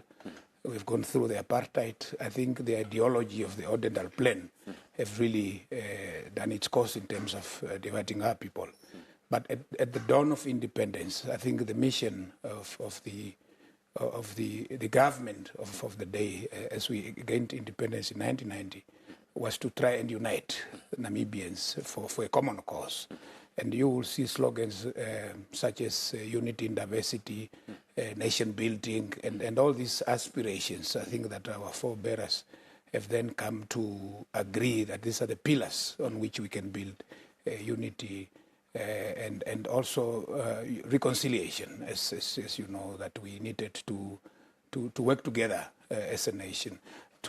I think to answer your question, I'll give you an analogy of how a human being functions. You have different parts, but you only functional if these parts, the various parts, work together as a whole. So the idea was really to unite Namibians, and the landscape, the cultural landscape, was premised on first redefining and rediscovering our identity as a nation and using that as a foundation for unity. And I think the unity would then guarantee us to move into other spaces of economic and social development. So at independence, I think we were really divided. And as we celebrate 35 years down the line, one can see the fruits of those aspirations that our forebearers have come to agree as the foundations of nation building and reconciliation. Yeah, talking about those cultural elements, which ones perhaps do you think need more recognition, or perhaps maybe the correct word to preserve more? I'm sure we've made some strides, but where do we need to improve more to ensure that we preserve this, especially for the future generations? Yes, I think if you look at the people of sub-Saharan Africa, we are known for our intangible cultural heritage, we are known for storytelling, we are known for striving through our indigenous knowledge systems. And I think these are some of the areas that unfortunately in the past 35 years have not received the due attention. As a ministry and as a directorate, these are some of priorities that we come to realize that we need to strengthen our intangible cultural heritage. We need to preserve, promote our indigenous knowledge systems. Today we have seen that some of the impacts of climate change, we need to go back to our roots. We need to understand how, if we are subjected to drought, how our forebearers would preserve food, how they would deal with issues of drought, disease. I think COVID has taught us a lesson where we had to go back to some of our rituals and practices that our forefathers used to practice. So intangible cultural heritage is one such important area. I think also now in the fourth industrial revolution, 21st century, we are challenged also as a sector to demonstrate how the sector plays a role in sustainable development? What is our contribution, for example, to employment creation, to GDP? So we have moved also now into the economic sphere of the sector. So it's important that we also go into the area of research and development so that we uncover the potential of the sector in terms of improving people's livelihoods and so forth. So I think the landscape is changing, but we are also consistent with the global development discourse. Because if you go to the Sustainable Development Goals, there are certain targets that speaks to the sector and how it can become part of development agenda. So I think those are the spaces that we can move into. Cultural tourism, I think, is a niche that we have to venture in, strengthen. But overall, the most important thing is embracing the digital technologies, so that we document, we collect what we have, and we keep that for future generations. I think those are the areas that we need to focus on as we move forward. Indeed, archiving these records will definitely help us for the future. Absolutely. Now, we know that we have many ethnic groups, and let's talk about what cultural traditions maybe bring us together as a nation. We know that we have a group that is, in terms of choreography, that normally performs, that has embraced a certain portion of all the different tribal groups within Namibia. For instance, as an example, we know that they were due to perform at the Independence Stadium, but now because of the changes in terms of the swearing-in ceremony, they will no longer be performed. But we've seen them perform in the past. But what are some examples? Yes, I think what is important, and as I said, the principles of unity in diversity. I think that is very important. And for me, that is, my question will be premised on that. I mean, my answer to your question. I think you are an ex-denomination before you are Namibian. I think that's very clear, because one has to have an identity, and then as a whole, we become a nation. So I think we embrace the concept of unity in diversity. What it means is that we are united, but we recognize that we are different and we are diverse. And I think in Namibia, just to speak, I think we have about 11 ethnic denominations that you look at. And it's very difficult if you have that diversity to bring everybody on the table. And I think what has worked very well is that over the years we've come to understand each other. We respect each other's cultures.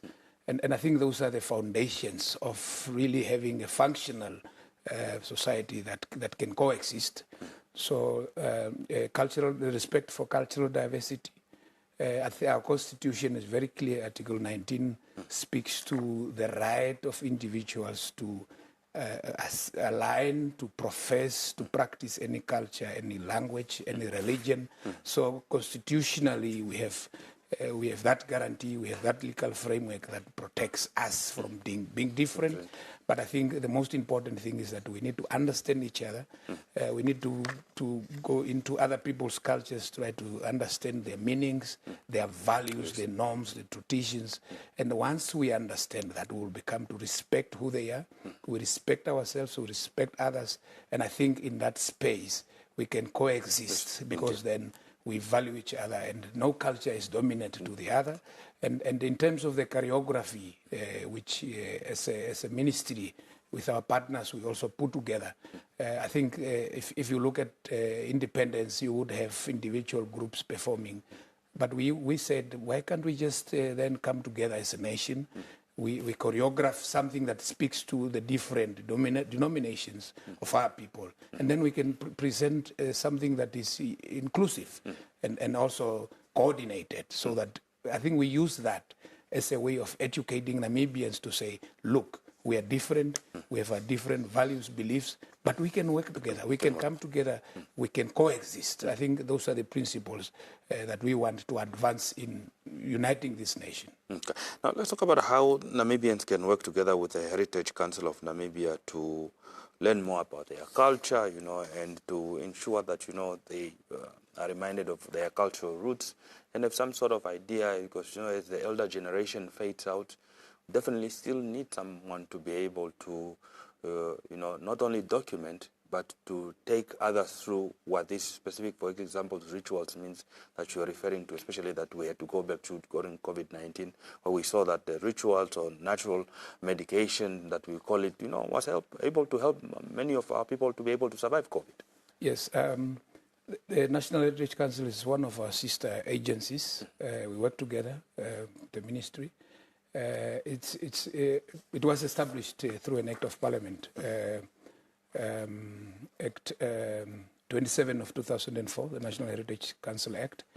And the mandate is to identify heritage resources, to promote them so that people are aware nationally and globally, to preserve and conserve our heritage. But most importantly, the mandate of the council also is to reach out, and that is not only the council but also the ministry and our department, is to reach out to Namibians, to educate them first about who they are, about the importance of their culture, because culture is not just an abstract phenomenon. It is a resource, so that people understand what they are endowed with in terms of their cultural heritage, but also the natural heritage. So where you are found, if there's a fountain, for example, is something that you can use because it's a natural gift that you are endowed with. You can use that for livelihood and for other economic spin-offs. So it is important that we continue to play our role of advocacy for the sector, of awareness creation, reaching out, engaging communities, but also in terms of nominations, because communities, individuals, groups, and institutions are free, as per the act that I've just made reference to approach these institutions, to approach the ministry, and propose that certain resources be recognized as national heritage sites or national heritage, intangible cultural heritage elements that are important for preservation and conservation. So the community and the Namibian public at large have a role to play. There's the space for them to come and be part of the dialogue, to be part of the discourse of preservation and promotion of our heritage. And I think by extension also we go through that in accessing international funding, in accessing international recognition. You will appreciate that in Namibia we have 2 World Heritage Sites, i.e. the Namib Sensi and the Tweefelfontein in the northwestern part of Namibia. And we have intangible cultural elements also inscribed in UNESCO list for humanity. That is the Shituthi Maongo in the north, practiced by the northern communities, but also the Nama music in the southern part of Namibia. So we also continue to advocate not only nationally, but we want to extend that to the global audience so that our cultural and natural heritage is also known and appreciated at the global space. So I think the communities and individuals are custodian of heritage. Without them, we cannot do anything. So they are the owners and they are the drivers. We are there to create a conducive environment and to ensure that there is a legal framework through and standards through which this can be promoted and preserved. Mr. Boyson Kondo, thank you so much for making time to speak to us this morning. Thank you so much. It was a pleasure to be here. Okay. Now, that was Boyson Kondo, who is the acting deputy director of the National Heritage Cultural Programs, the Ministry of Education, Arts and Culture, talking to us about the cultural aspect in Namibia's cultural diversity that we must do, ensure that we do all that we can to preserve it and pass it on to the next future generations. So we definitely must not lose it. It's what makes us Namibian, and we must definitely ensure that we do everything we can to preserve it. Stay tuned as we continue with more conversations after this break.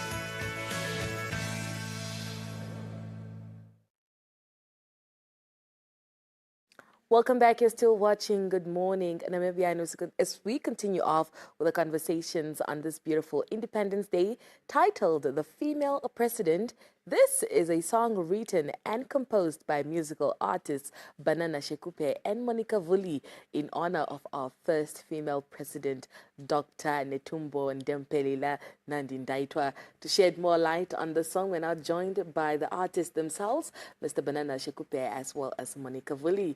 Good morning and thank you so much for joining us. Good morning. How are you doing this morning on this beautiful, rainy Independence Day? We are celebrating 35 years of independence. It's a blessing. Yeah. Because it's a blessing, you can see that every leader is having his blessing following him or following her. Yeah. So you can see that the female president have come with rain. So we are blessed. Exactly, and rain is mostly associated with a good omen. It's also a blessing. Yes. Monica, ladies first, seeing that the future is female. Yeah. What makes you a proud Namibian? I think, first of all, the fact that we are living in harmony. Yeah. And that we have that respect for one another. Mm-hmm. I think that makes me a proud Namibian, that we can, respect our boundaries and have our different cultures and understand our different cultures as well. Yeah. Mr. Shekupe, what makes you a proud Namibian? Proud Namibian is bravery. Mm. Because as we have fought for our country and we had a vision, and the vision was straightforward. It's to liberate our country and to make sure that everyone live a decent life. Yeah. And it's what we are looking for, even for the new government, that people have to be happy and have a decent life. With our female president, I think female can do something because, as you know, female, they were the first even to give birth to God. Imagine, and the first to be at the grave of Jesus. So female are so important, their history is so important to be first. And first president comes in, history can change. The female will leave a legacy in Namibia to change the whole society to decent life. But how do you think we're doing so far, seeing that we're celebrating 35 years of independence? But Banana, you've been here, over 35 years now. How do you think we're doing at this point? We are doing good. I just want us to get rid of every time writing manifestos. I think manifestos have to start now talking, to be implemented, not just writing manifesto. I think with a female president, manifesto should be talking now. That we should implement from the manifesto. And we don't want to write any more manifesto. And we change them into our vision of this country and the future for this country, once and for all. Truly. Yeah. Amazing. Monica, when we were off air, you mentioned that this is your dad. Yeah. So what was happening? Were you just home and you're like, Dad, let's make a song about the our first incoming president, or first female incoming president, or what was happening in that moment? Okay, so what happened is that my dad started with a song. Okay. He was like, I want to make a song for Ndaitwah. Yes. Then I was like, okay. I was wondering, what is this song going to be? So he started with the song, he went ahead and he was composing. So everyone in the house, we hear the song, everyone is dancing, the little ones are also dancing.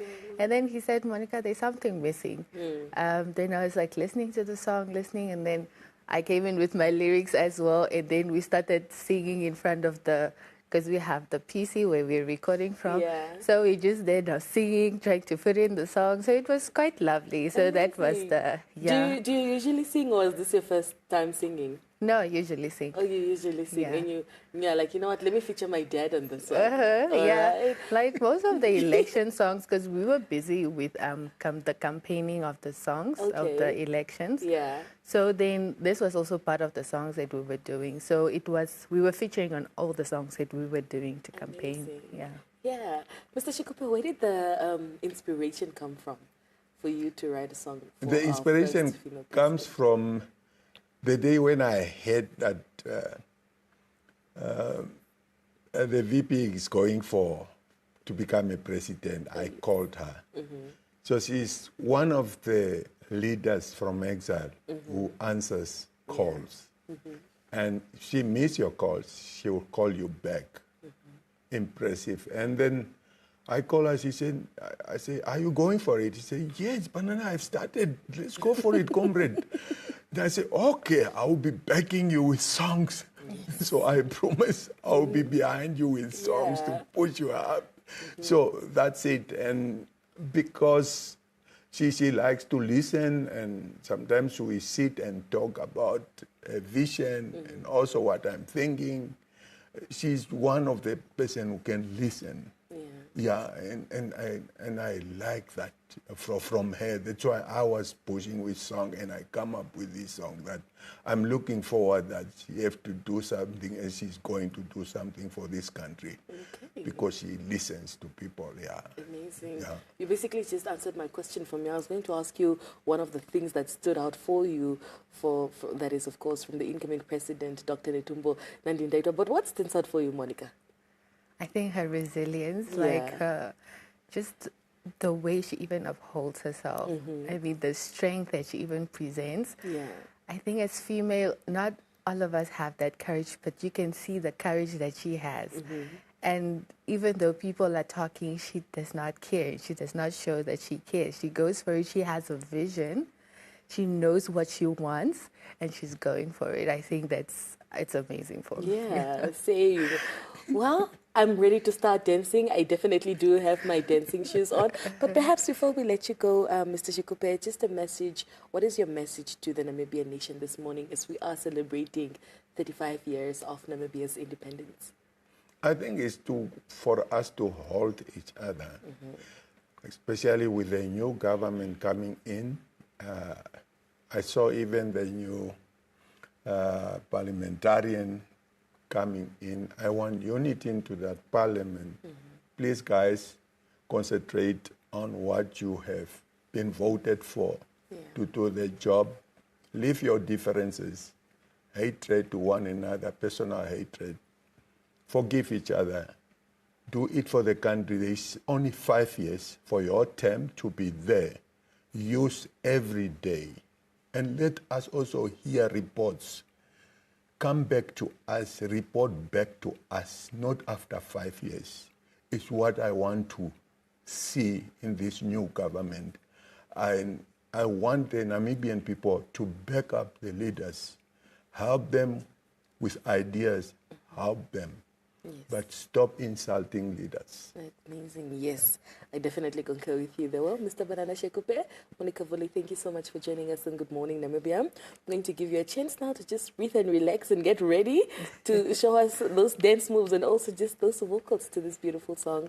And thank you so much for joining us, and happy independence once again. Thank you. All right.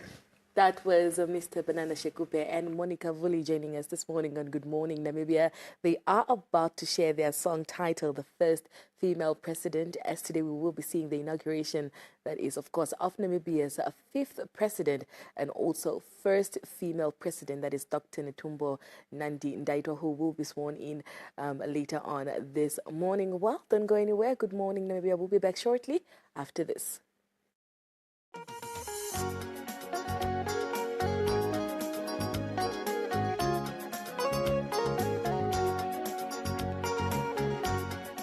Africa possesses the abundance of talent, creativity, resilience, and quantities that position us uniquely to lead in the digital age, and therefore requires both men and women to participate fully, young and old, to be part and parcel of this process.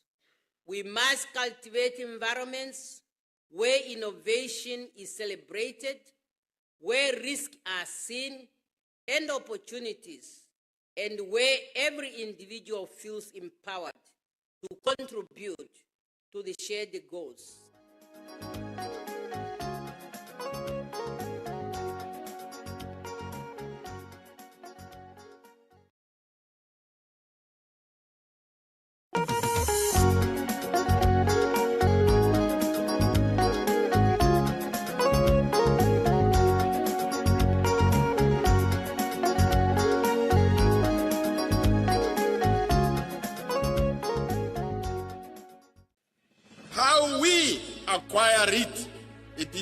come by itself.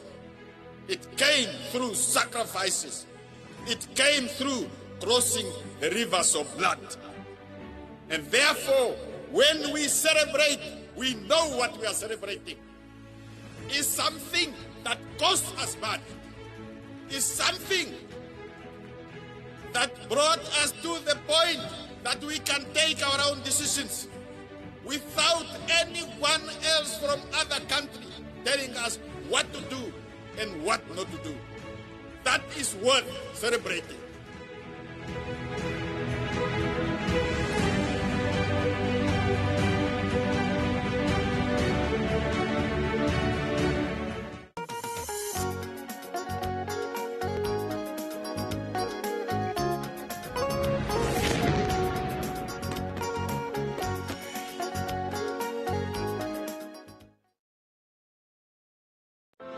This is the day that the Lord has made. We shall rejoice and be glad in him. This is the day I've been waiting for. This is the day we have been waiting for. This is the day I've been waiting for. Day we've been waiting for. That a time like this would come for children, for nation, celebrate. For sister president, for female president, for sister president, for female president. I never knew in my lifetime that I witness such a day, by the grace of God. I never knew in my lifetime that I witness such a day, by the grace of God. This is the day I've been waiting for. This is the day we've been waiting for. This is the day I've been waiting for. This is the day we've been waiting for. Not a time like this would come for our children, for our nation, celebrate. For sister president, for female president, for sister president, for female president. I never knew in my lifetime that I witnessed such a day, by the grace of God. I never knew in my lifetime that I witnessed such a day, by the grace of God. This is the day I've been waiting for. This is the day we've been waiting for. This is the day I've been waiting for.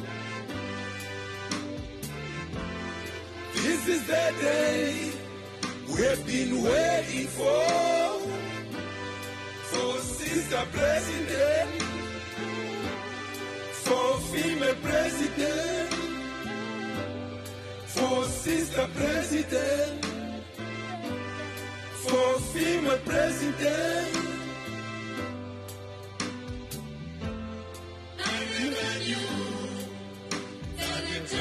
that this would come for our children, for our nation. Celebrate. This is the day I've been waiting for.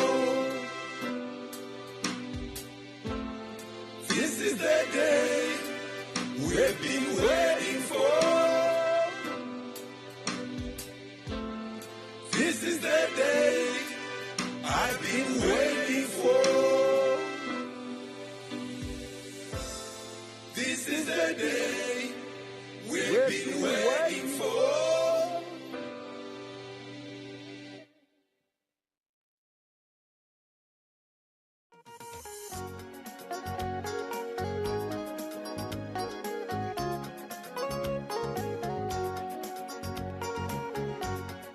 As we navigate the vast and evolving landscape of the AI in the media, we must recognize the critical role women plays in the digital revolution.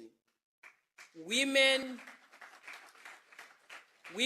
bring invaluable perspective, creative and resilience, driving innovations that make our content richer, more diverse, and truly representative of the society we serve.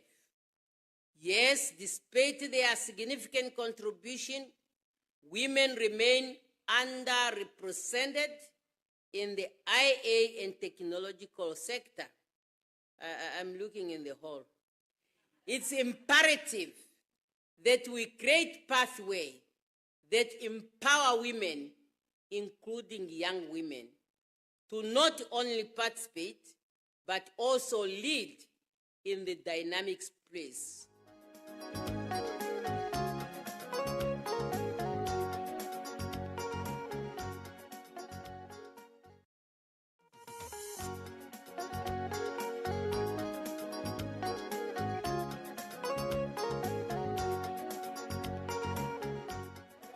We know we are turning 35 years as a country's independence.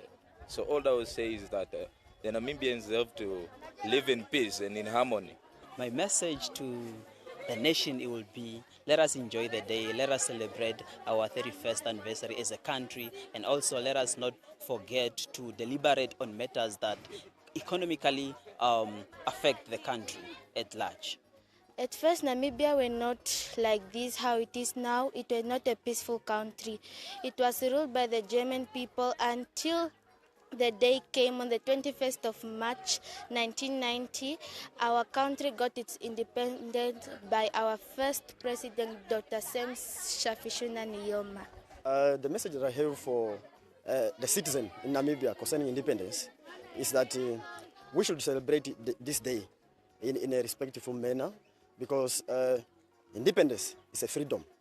So now freedom should be respected, because there are a lot of people that have spent their lives or have lost their lives for us to get freedom, this freedom. So therefore, I'm telling everyone in the country, let's all be happy, let's engage in unity, and then we move forward. Yeah. Let's celebrate the day. The long weekend, since we are having a long weekend, since it's independence, let's celebrate it in a peaceful manner, respectful way. Let's take care of ourselves, don't drink and drive, and also do not overspeed. And yes, let's keep our children safe. Thank you. I just want to say thank you for the heroes who fought before us, for giving us our independence. I just want to say that thank you to all the heroes, and Sam, our late president, Sam Shafishuna Nujoma, that fought for us.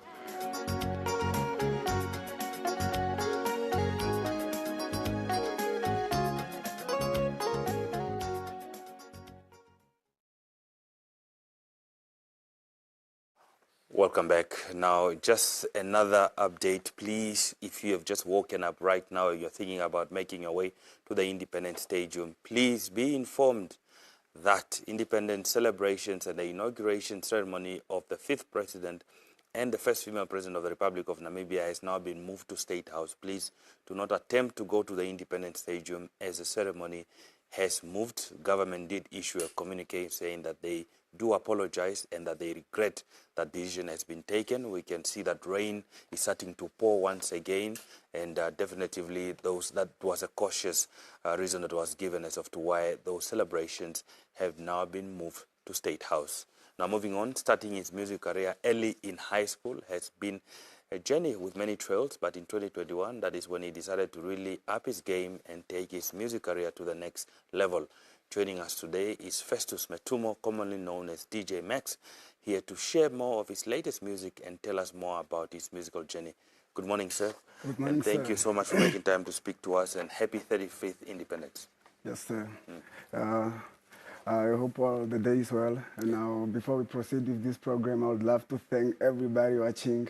I know the weather is cold, but you guys made it to sit in front of your TV and join us today. Okay. Yeah. Let's get right into it. When did you first start your music career? I started my music career in 2010. That was back in high school at Ishipena, Windhoek. That was the year I met my friend called Moroki, not Mr. Martin Moroki. Yeah, another Moroki that took me to the studio. It all started like a joke. You know, I was just being curious to enter a studio and just do music like any other person or any other people have been doing. And then I felt in love. That's how the whole story started. And the rest is history. The rest is history, yeah. We understand that you have a song out, or is it an album that is out? Yeah, we are working on an album. Right today when I came here, I brought you guys the music video that we recently shot featuring Tekla, which goes by the title Talking. Talking. Yeah. What's the story behind this song? The story behind the song is just some struggles that we acknowledge through our relationships, or some say umjolo, you know. Yeah, umjolo, yeah. You know, when you guys are doing the best, there are always some people on the sideways talking about you. Some are happy, but they don't really show it that way. Yeah, the aim is always to break it down, because not everybody likes seeing the next person going through a very good period or an enjoyable moment. Okay. Yeah. So in terms of this is a song called Talking. Why specifically did you choose to partner up with Tekla?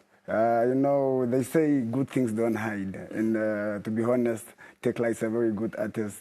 Let me say the only female artist I know that has a golden voice. I'm not saying there is no any, but that's the one I know, yeah. So good things don't hide, and she really deserves it.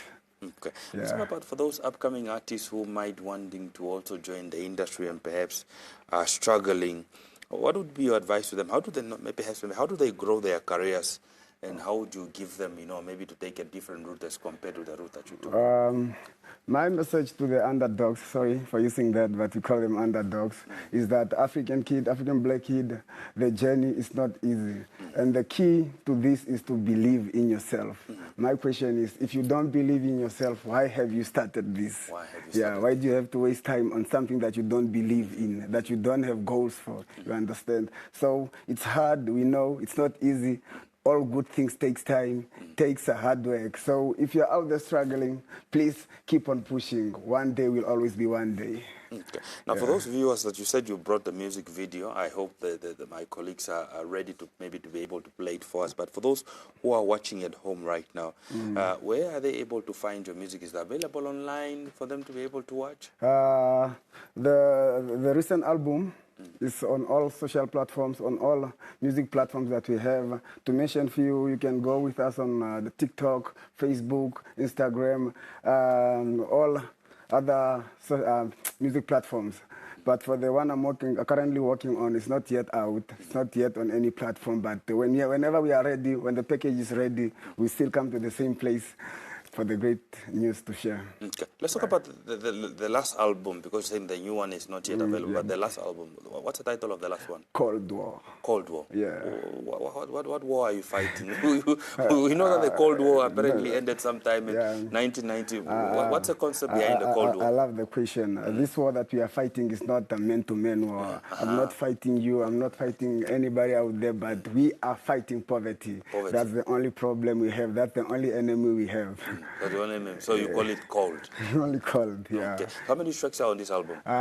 We have 11 tracks, yeah. Okay, so which means I presume now that means also now there's a track called Cold War. Cold War, yeah. Let's talk about perhaps maybe the people that you featured on this album. It features various artists to talk of Deacon Jaffa, Longizo, Draw a Local Sound, I have Babe the Pilot, I have Funny Boy, I think that's it. And my plan, or let me say my goal for this oncoming album is to give more than what we gave. It's like we improved on everything quality-wise, production-wise, and we are planning to give you more tracks this time with a lot of features. Okay. Well, what would be your message to Namibians that are watching right now, considering that they're celebrating 35 years of independence? We're also seeing that the 5th president will be inaugurated sometime later in the day, and also she will be the first female in the history of the Republic of Namibia. Okay. First, I would love to wish everybody out there a happy Independence Day. Yeah, as well as our oncoming female president. God should bless her, and we are ready for her. As long as it's all about progress, we are up. Indeed, you're up. Yeah, well, we are up for it. Okay, now I do believe that we have found the music video that you have brought, and I think it's ready as we conclude the conversation. I understand that the colleagues were not able to get it, and we do apologize that perhaps that we will not be able to play for you. But I think as we conclude maybe our interview, let's give it to you, maybe to give us a chorus or a line from the song that you said, Talking, especially the one that's saying Talking. You're featuring Tequila, so I'll hand it over to you. Okay, we go with this one. We'll go with this one. All right, it's just a little punchline part of the song. I was not really ready for this, but I gotta do it. A soldier gotta carry a gun wherever you go if you're in war. Yeah. Yeah. So it goes like, it's a punchline of mine in a verse, because the chorus Tekla has it.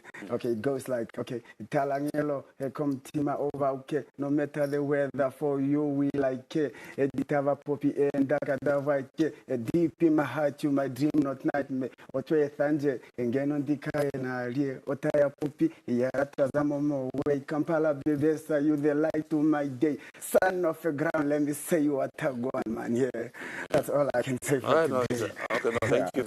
Thank you very much. Nice one indeed. Thank you very much for making time to speak to us this morning. Yeah, thank you, sir. Okay. And it's a privilege to be here on this day. It's the honor is all ours. Right. Now, that was Festus Netumbo Linus, a.k.a. DJ Max, talking to us about his musical journey and also the latest stuff that he's working on. Stay tuned as we continue more conversations right here on GMN.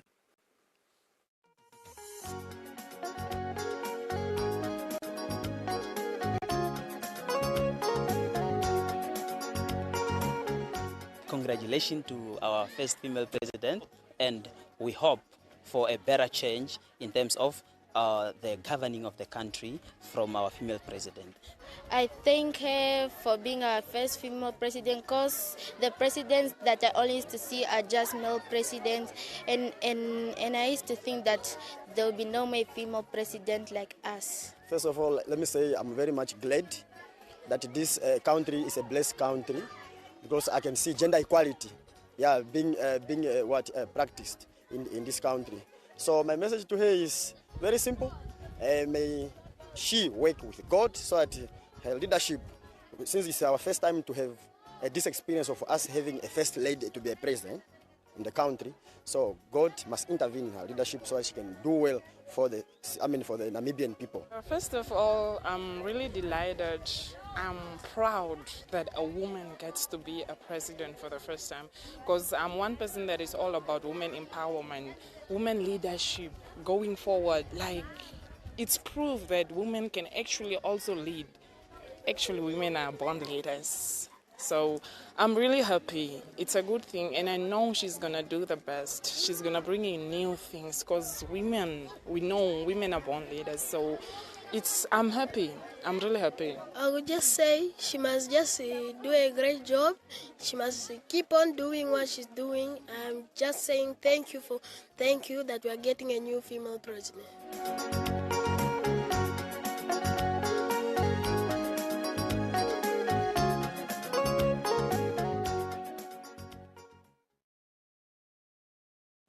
Welcome back. Now, women empowerment is an important aspect of social, economic, and political progression in any society.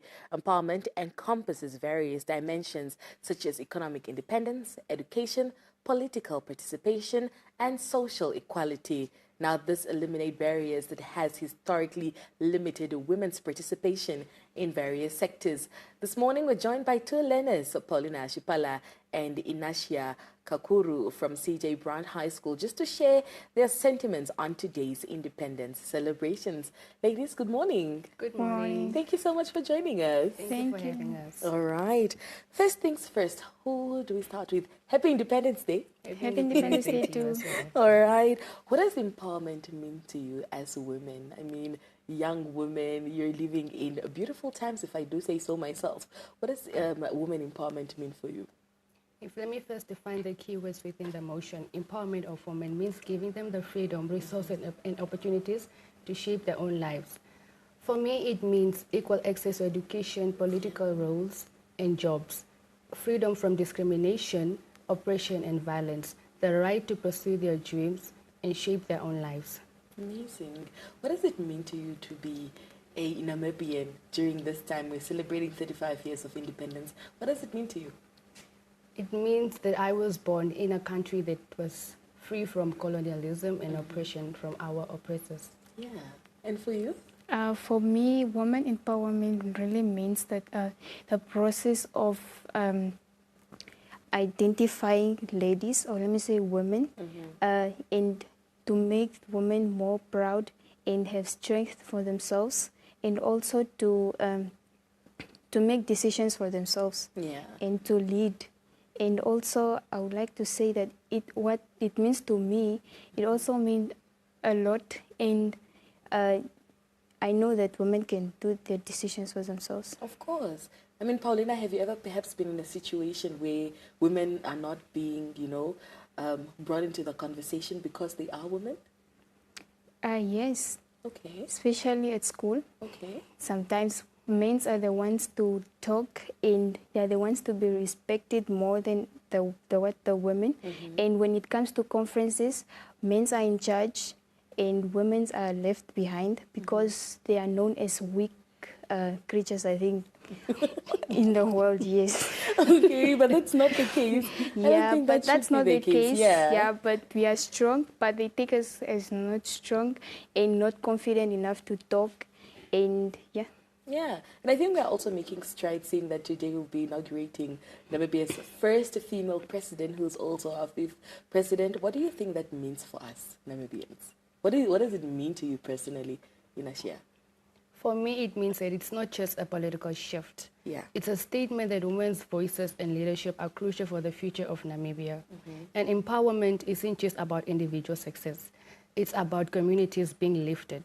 When women thrive, families, societies, and economics also flourish. Yeah. But what are some of the changes that you'd like to see in the future? Changes that I would like to see, I want women to be leading wherever it takes, women not to be discriminated. And I want everywhere in every department, there should be a woman who is in control, and to be respected more. Yeah. Paulina mentioned that, she's been in situations where men get more priority than women.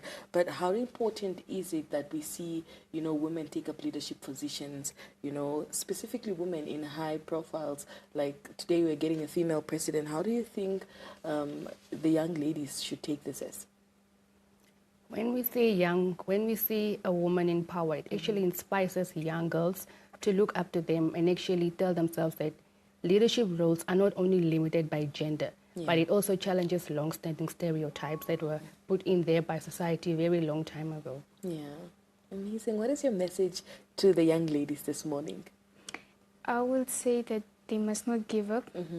They must, I know they can do it, they can make it, and they will do it. They must not be discouraged by the society. They must not let discrimination define them. We are not weak, and we can make it. And I would say they must never give up. All right. And for you, Inashia? For me, I would say no dream is too big and no role is too small. We can all make it, and the sky is the limit for all of us. Love it. Well, ladies, thank you so much for joining us on Good Morning Namibia. We wish you all the best with your future endeavors and happy Independence Day. Thank you. Thank you. And happy Independence Day to you. All right. Good Morning Namibia continues shortly after this. Don't go anywhere.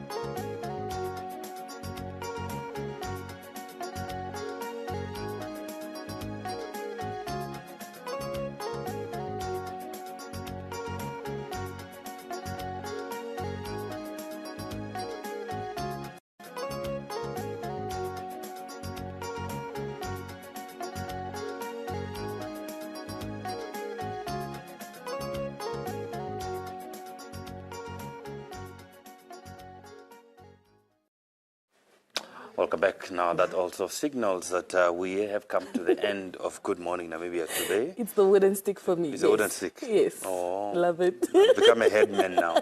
Yeah. We need to give Lot land. We need to also thank you for your service to the Namibian nation. And Yes, please. honestly, we loved the interview with the president yesterday. Thank you so much. That's right. Well, we have come to the end of today's edition of Good Morning Namibia.